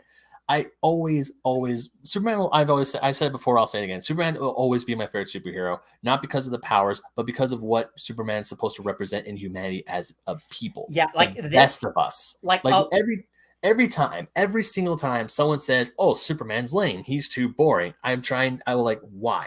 Why is he too boring? And they always mention because he's too powerful. He has all these superpowers and blah blah blah. And I'm like, but what is he as a character? What does he mean? What does he stand for? What is the best parts of Superman? Oh, he can fly. No, the best part is that Superman will ask you ask you how you're doing. He flies into, I think it's in issue 2. He flies down to a little girl's preschool. That's one of my favorites, which was My Best Friend Superman by Stephanie Phillips. My Best Friend Superman. When he flies down and the kids are making fun of this little girl, and then they realize, oh, she's telling the truth. Yeah. Or it's even in another. I remember Brandon said that the peak Superman was in Injustice, where he helps a boy with his bicycle. Mm-hmm. Yeah, it's a good one. Does anybody care enough? Yeah, I care. No matter the consequences, I will always care. Mm-hmm. Right. Yes. More than like any of like the modern like runs of Superman. Like, I'm thinking like everything from like the New 52 and like the Rebirth and all that stuff. Like those are all good and like whatever, but like this exact anthology series is like, this is perfect Superman. Like these are the stories you give to truly like, because like he barely throws a punch in any of these stories. And that's incredible. Because like, again, at the end of the day, that's not what he's about. And like so many people don't understand that. And like it's things like this that we need to get out there, and less, Man of Steel and stuff. One of my favorites, because it surprised me and I just didn't expect it to be about what it was about, was Own, which is the one about Martha Kent talking with the other ladies. He is my son. Yeah. Yes. Stephen T. Siegel wrote it. Duncan Rullo on art. I thought that was just a surprising piece. I thought that was such a wonderful little different perspective, because it was so much not a Superman story, but just being an adoptive mother story. Mm-hmm. And I thought that was so wonderfully representational. There is this isn't a bad story. I thought it was fine. The Crypto and Valzad space Into the Ghost Zone by Chuck Brown. Crypto's a cool werewolf man. Like that's cool. Like there wasn't a lot of depth. It was just he's got the robot suit.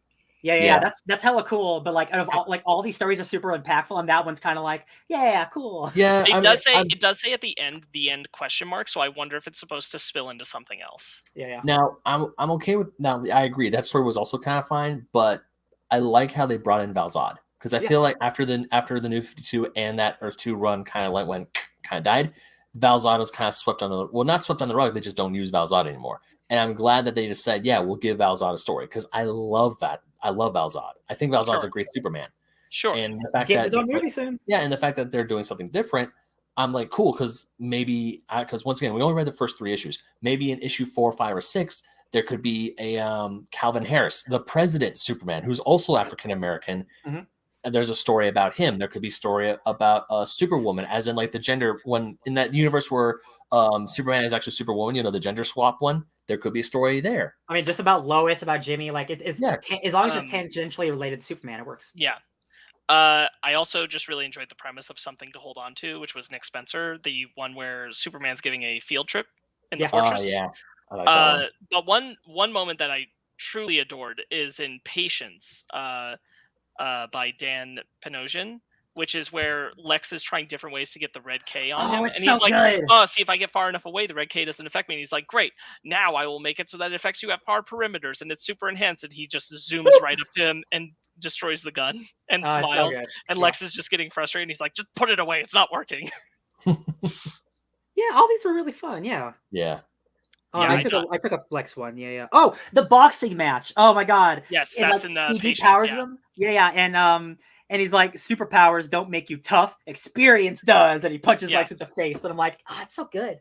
Right. It's that is so cheesy comic book that Lex Luthor would make it a boxing match. Like, that is so good. Very It's so funny. reminiscent of It's so funny that he looks at Clark and he's like, "Yeah, if I depower him, I bet I could beat the crap out of him." And I'm like, "Bro, I mean, like even depowered, he's still a tough dude." He still fights people. You know.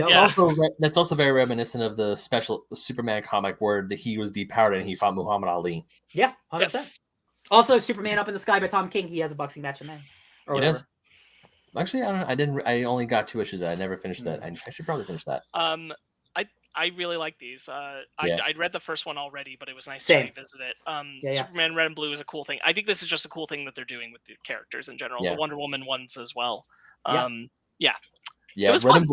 and Blue was unfortunately it was on my on the bottom of my stack for a while, and I was like, you know what, I need some stuff to like make me believe and hope again. I was like, I need some good Superman stories, so that's why I picked it, and I'm glad that I'm glad a lot of these stories are fantastic. I mean, yeah, there are a few ones that aren't the best, but they're also not horrible. Like the Kill Percenter one or the Kill Auger or whatever that I don't know how to say it. Kilgore. Yeah, that one, that was not my favorite. Sure. But there are stories in here that I love, the one with Clark in kindergarten, but there's great stuff in here, and I'm glad you guys enjoyed it. Yeah, I had a great time. Definitely really good for hope. Ryan, do you know what you're doing next week? I sure did, because I just went to my bookshelf. Hey guys, I read the first 2 issues of this, and I've still been collecting it. But I also bought it in the trade because I want to support this as much as I can. We are going to read the first volume of The Department of Truth by James Tynion the third. I don't know if the 4th, maybe the 5th, who knows? And Martin Simmons, and I want to give everyone credit here. Letters by Adika Bidikar, designed by Dylan Todd, and edited by Steve Fox. This book is super cool. I can't wait to finish this arc. James Tynion is killing it. Tiny Onion Tynion. He's killing it in the indie department. This is also one of the shows that got picked up for a TV show or whatever. So he's raking in the Substack money everywhere. So can't wait to read this. Hey guys, what if conspiracy theories became true if you believed in them enough? That's the premise. Awesome. Oh Lord. I'm pumped to read it because of everything you've said about it. So that's going to be a good time. You stay safe, and we'll see you next time, Mag. Bye, Mag. Thanks for hanging out. Next week, friends, our topic will be a review of Ghostbusters Afterlife, which Ryan is eagerly anticipating. So listen, I cannot wait to come in here next week and go, yo, I loved it, 10 out of 10. I just don't believe it. Right. So that'll do it for this week. You can check us out. Brandon's got his Conversation series. You can go check that out. It's an audio podcast. That entire first season is out. It's well worth checking out. I recommend you do that. Here on YouTube, you can check out Fake Nerds Watch, Basement Arcade Pause Menu, Fake Nerd Book Club, Animation Station. All these things are here. You can go and check them out in the playlist that we have organized here. We just recently in Fake Nerds Watch had our Star Trek thing with Brandon for... Lower Decks. Thank you. Yeah, I think Lower Decks ended a little while ago, and they also had like the last episode was like Star Trek Lower Decks and also another book. I think I could be wrong. And we had What If, and Basement Arcade had a bunch of stuff for Halloween. Basement Arcade Pause Menu will be back very soon because I will actually be able to help Ben get those out with my editing in the near future. So a bunch of Pause Menu is coming ahead because Ben has a backlog. Fake Nerd Book Club, we'll get to it someday. Yep. Animation Station, we'll get to it someday. Crafted by Z Masks, you can go check out some masks there. that we have associated with us. We got Patreon, which is currently like being figured out. I guess there's still tiers you can give to, like $1 tier, just because you kind of like us. Like, go ahead and check it out. TeePublic, we got some t-shirts there. You can go check those out. We got our website, fakenerdpodcast.com. All the links are in the description below. End of show thank yous, my friends, listeners. You guys are wonderful. Thank you for watching. Thank you for listening. Thank you for being here with us, as we are without one of our co-hosts, but we are trudging along anyway. Special thank you to Jeremy Vellucci. He's here. He's helping me out through these tough times I'm going through. He's an awesome dude, and he does all our music. You can find him on Instagram at Jeremy Vellucci Keyboards. That is VILLUCCI, Jeremy Vellucci Keyboards. He's also got Suburban Proctologist, which is a podcast you can check out. You can also follow on that on Facebook.com/Suburban Proctologist Official, or on Instagram at SubProcPodcast. You got Mike Matola. Mike Matola does a bunch of our logos, and he's just a cool dude who likes to collaborate with us, and we love Mike. And you can find him on Instagram and TikTok. Yes, I knew it wasn't Twitter. Instagram and TikTok at Mike Matola, and check out his works at Line by Line Art. That's it. If you want to get involved or you want to discuss anything with us as individuals or together, if you want to contact us, you can get through Twitter and Instagram and Facebook, all Fake Nerd Podcasts, fakenerdguys@gmail.com to contact us as a show. You can find me just trying to get through these days, man, at SparksWitty on Instagram and Twitter, SPARKZ Witty. Ben? You can find me celebrating my 31st birthday at probably not Baskin Robbins at BenMagnet27 on Instagram and Twitter. And also, I write for OldSchoolGamerMagazine.com. My latest article about Retroid is still up. New one should be coming up soon, but my birthday's tomorrow. I'm going to take the day. It's my birthday, guys. I gotta go celebrate it. So go ahead and check it out on OldSchoolGamerMagazine.com. I definitely heard Retroid, not Metroid. Ryan, it's where can we Metroid. find you? Happy birthday to Brandon. Happy birthday to Ben tomorrow. You can find me going live on another podcast in 5 minutes at DJ Tony Snark. Nice. Subscribe to us on iTunes, Stitcher, Google Play, TuneIn, Spotify, iHeartRadio, Amazon Music, Podcast, Pandora. Rate and review wherever you get us. Like this video. Subscribe to our channel. And until next time, stay fake nerds. Disney!